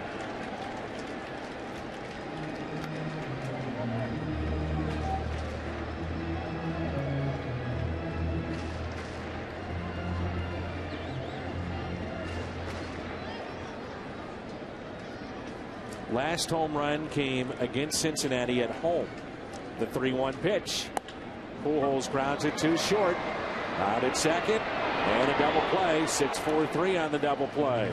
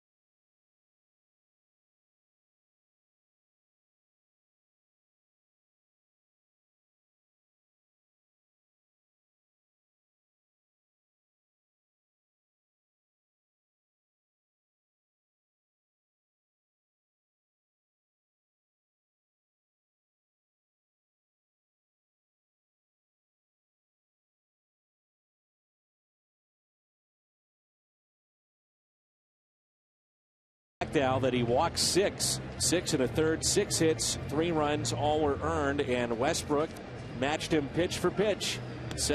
Gave up 4 hits in 7 innings and only 1 run. Really pitched well. Pitched well, Westbrook. Now we turn it over to our Mid-America Chevy dealers call to the bullpen as Sanchez will come in here. Still that closer's role kind of changing, evolving. Oh, Al, who do you go to in the 9th now? What if Sanchez has a good 8th? I'm going to throw every scenario at you because every scenario is in play probably. I think so. I mean, a lot what happens with Sanchez, and he's going to face Gloat, who has been an outstanding pinch hitter this year, is you want to watch his pitch count. They're hoping to get him into that pitch count low enough to where you can bring him back night after night. That has not been the case of late. And the issue that you're talking about, walks, leadoff base hit. So the tying run will come to the plate. Oh, it's as good as they come in the National League as a pinch hitter. Talked about both teams having issues with their closers, and Brad Lidge, no saves this year. Franklin has had his issues, but Ryan Madson has been very good at filling in. He's been very good. He has experience in that area, and so I think his issues, the Phillies, are not as severe as the Cardinals. To further your point, Madson is 6 for 6 in save opportunities and a .56 ERA. Now the issue for Charlie Manuel will be with Jose Contreras when he comes back and is healthy. Where does he fit into that bullpen? Boy, when we saw Contreras last year out of the bullpen, nasty. I mean, he's like 39, but still filthy. Now that is a good problem to have. Right. Healthy Contreras and then Madson, who's pitching well. And I think when Lidge first went out, it was Contreras' job, and you have a very solid setup man in Madson. But with both of them being out, Madson has taken, he's done a good job. That was the slider. Nice turn. How about this? Oh, what a double play! What a double play!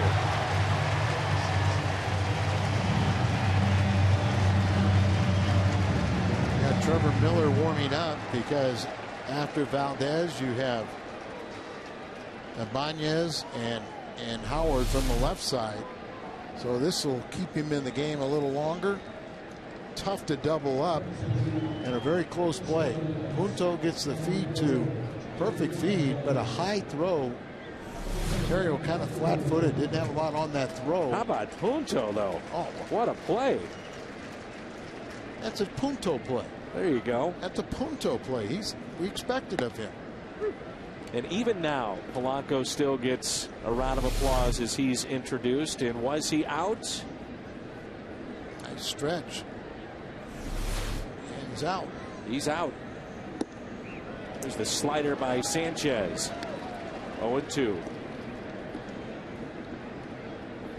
Wally Bell with that call.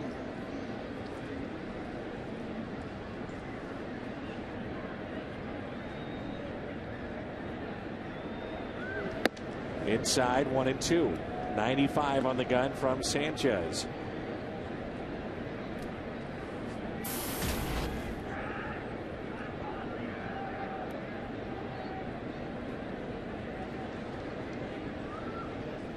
One-two pitch to Polanco.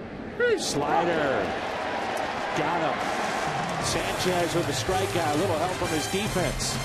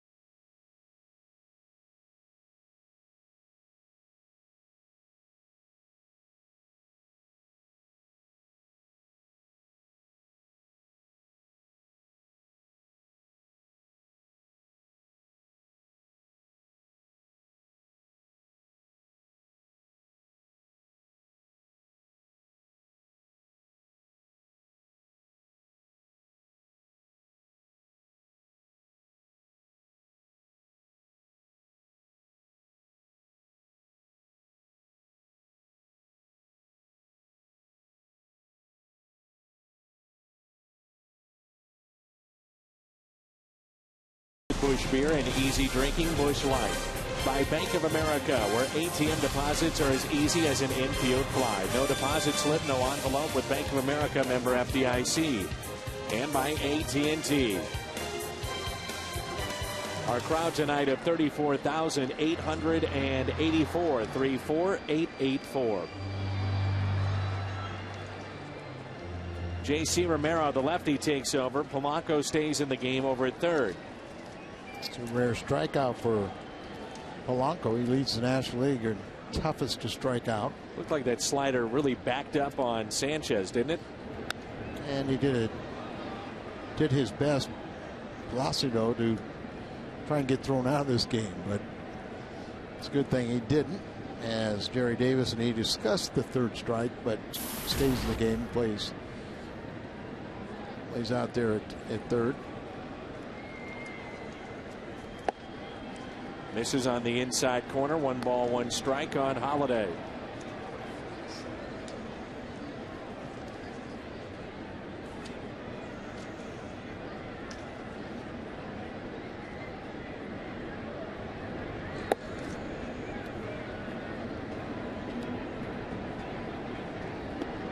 Romero has been very good for the Philadelphia Phillies. And left elbow surgery early last year. Holiday pops it up behind home plate. And about 3 or 4 rows deep into the green seats. Romero, 3.86 ERA in 13 games. Span of 9 1/3 innings. Only 9 hits allowed and 4 earned runs. No home runs allowed. 5 walks, 1 of those intentional, and he struck out 5. Opponents hitting just .257 against him. Normally you think of him coming in facing lefties, and this year lefties have hit him very well, but not in his Philadelphia career. Jimmy Rollins with it, makes the play. Holiday retired. You always hear that baseball is a game of inches, and that's been the case here tonight in game 1 of this series. Close play at first, another one at second. Cliff Lee thankful that's hitting his glove and not his head or his face. And the nifty turn on both ends. Punto and Terrio just to get the speedy runner. Now it's Lance Berkman.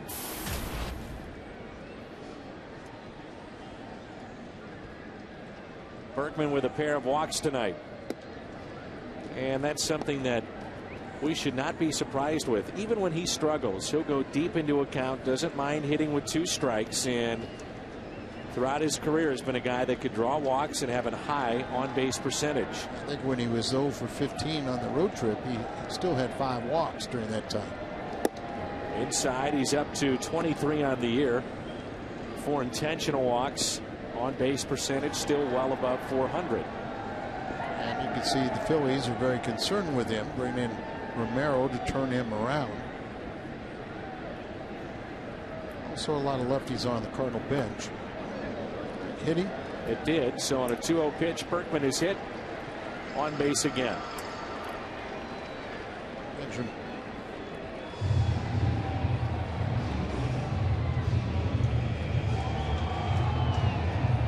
Charlie, one of the good old guys.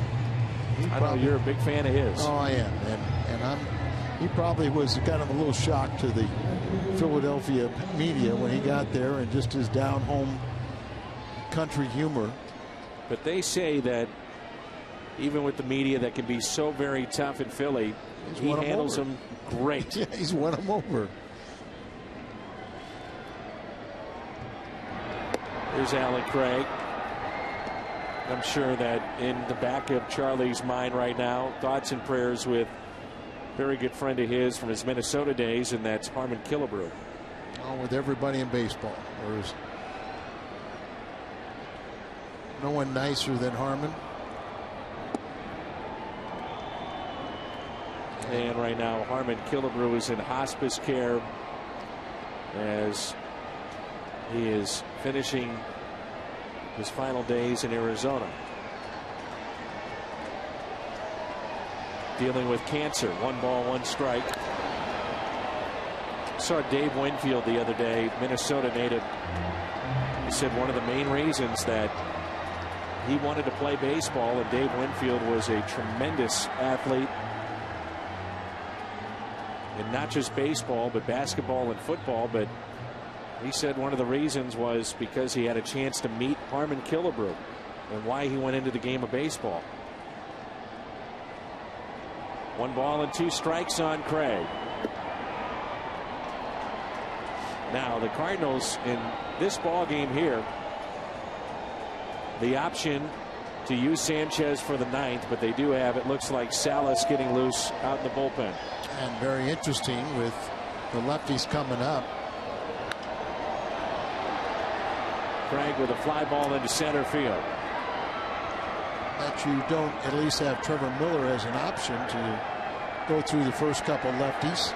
But Tony La Russa back at the helm, and the way it was described to me by the thoughts of Dave Duncan about the closers last week or when we were in Cincinnati was Boggs had the most experience, Salas is the most reliable, and Sanchez has in their mind the potential to be, maybe the best to be the closer, but they're all a work in progress. 2 outs and a grounder towards short, deep in the hole and under the glove of Rollins into left field. Extends the inning to Nick Punto.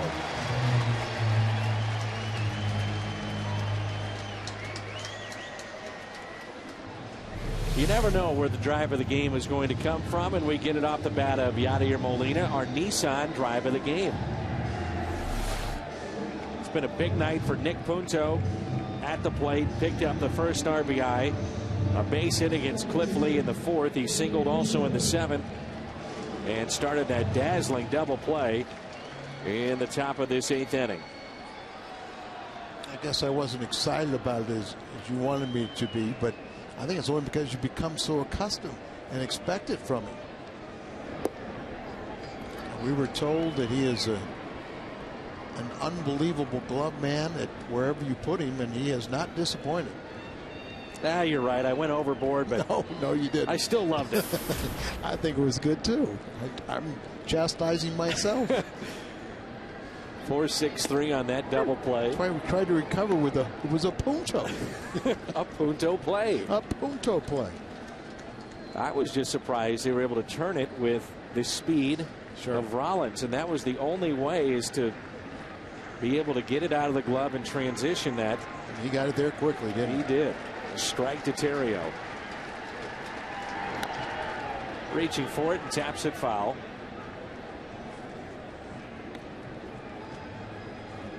One and two the count with 2 outs and runners at first and second.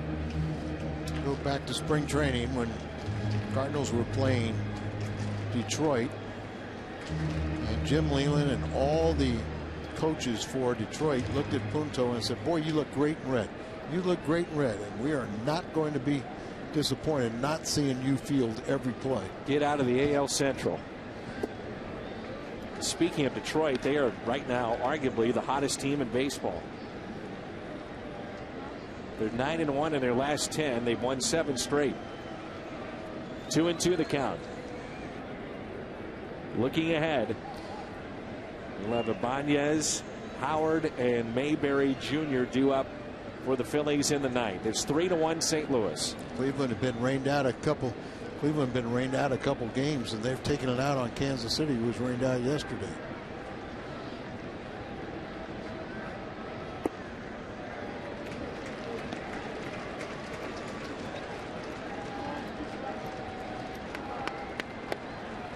You're right, Al. Very interesting move here by Tony La Russa. If he goes with Salas to start the 9th inning with 2 lefties coming up. Salas does have that ability as a right-hander, though, to get those lefties out as Punto shoots it out to right center field and hangs up there for the catch.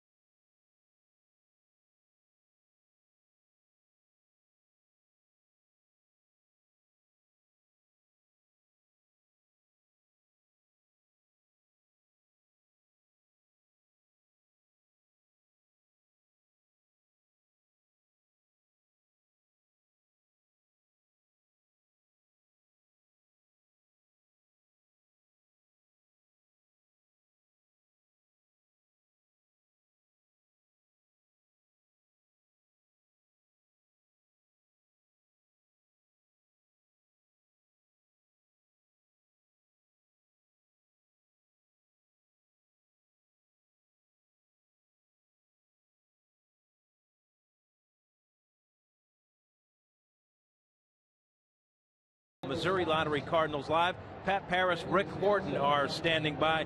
Pujols switches things up. Westbrook outduels Lee, and the return of Tony TV.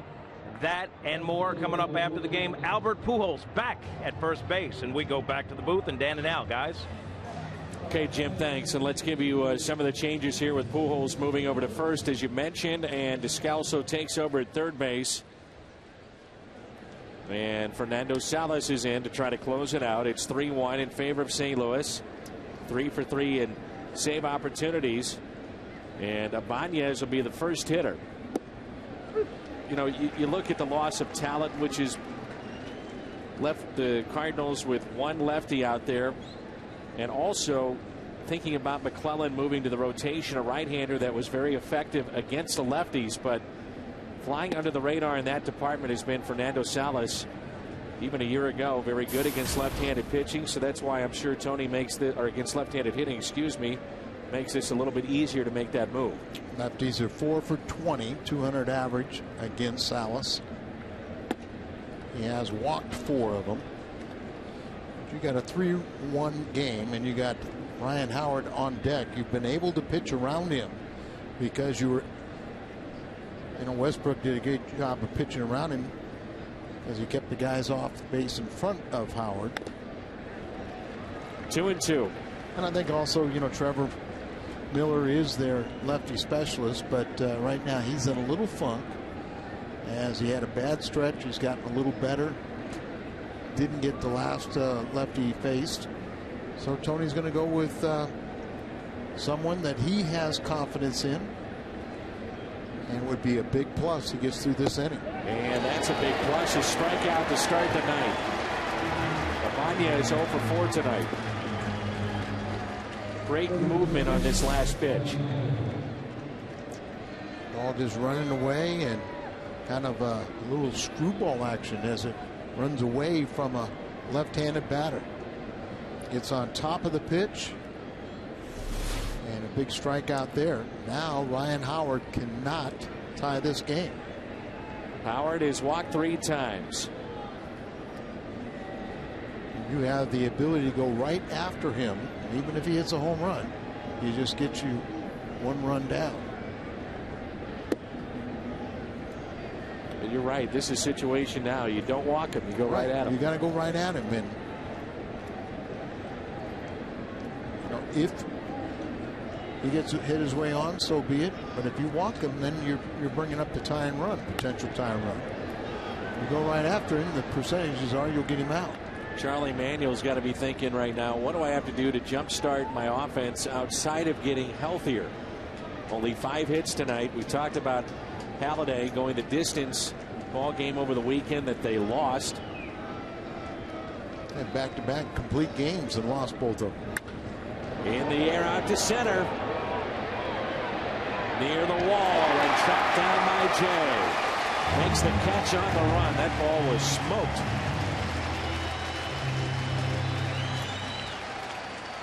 Let's turn to our player of the game. Nick Punto, presented by Budweiser, 2 for 4. A couple of singles, an RBI, and a run scored. And of course, the defense of Punto, but really the defense of the Cardinals tonight. Even Pujols over at third. This play by Jay. Punto with a double play in the top of the 8th. And the Phillies are down to their final out. Play a little deeper in that situation, too, so nice running catch under control. John Mayberry Jr. Salas is 3 for 3 in save opportunities. Remember, did a good job in a Houdini act, bases loaded, nobody out. In the game in Cincinnati, that was Friday night. I was lobbying for him to pitch the 9th, but we didn't get that. And the Cardinals got another loss. Cardinals have 10 losses in their bullpen. 1-1 pitch. This should do it. Jay is there. He's got it. The Cardinals win it.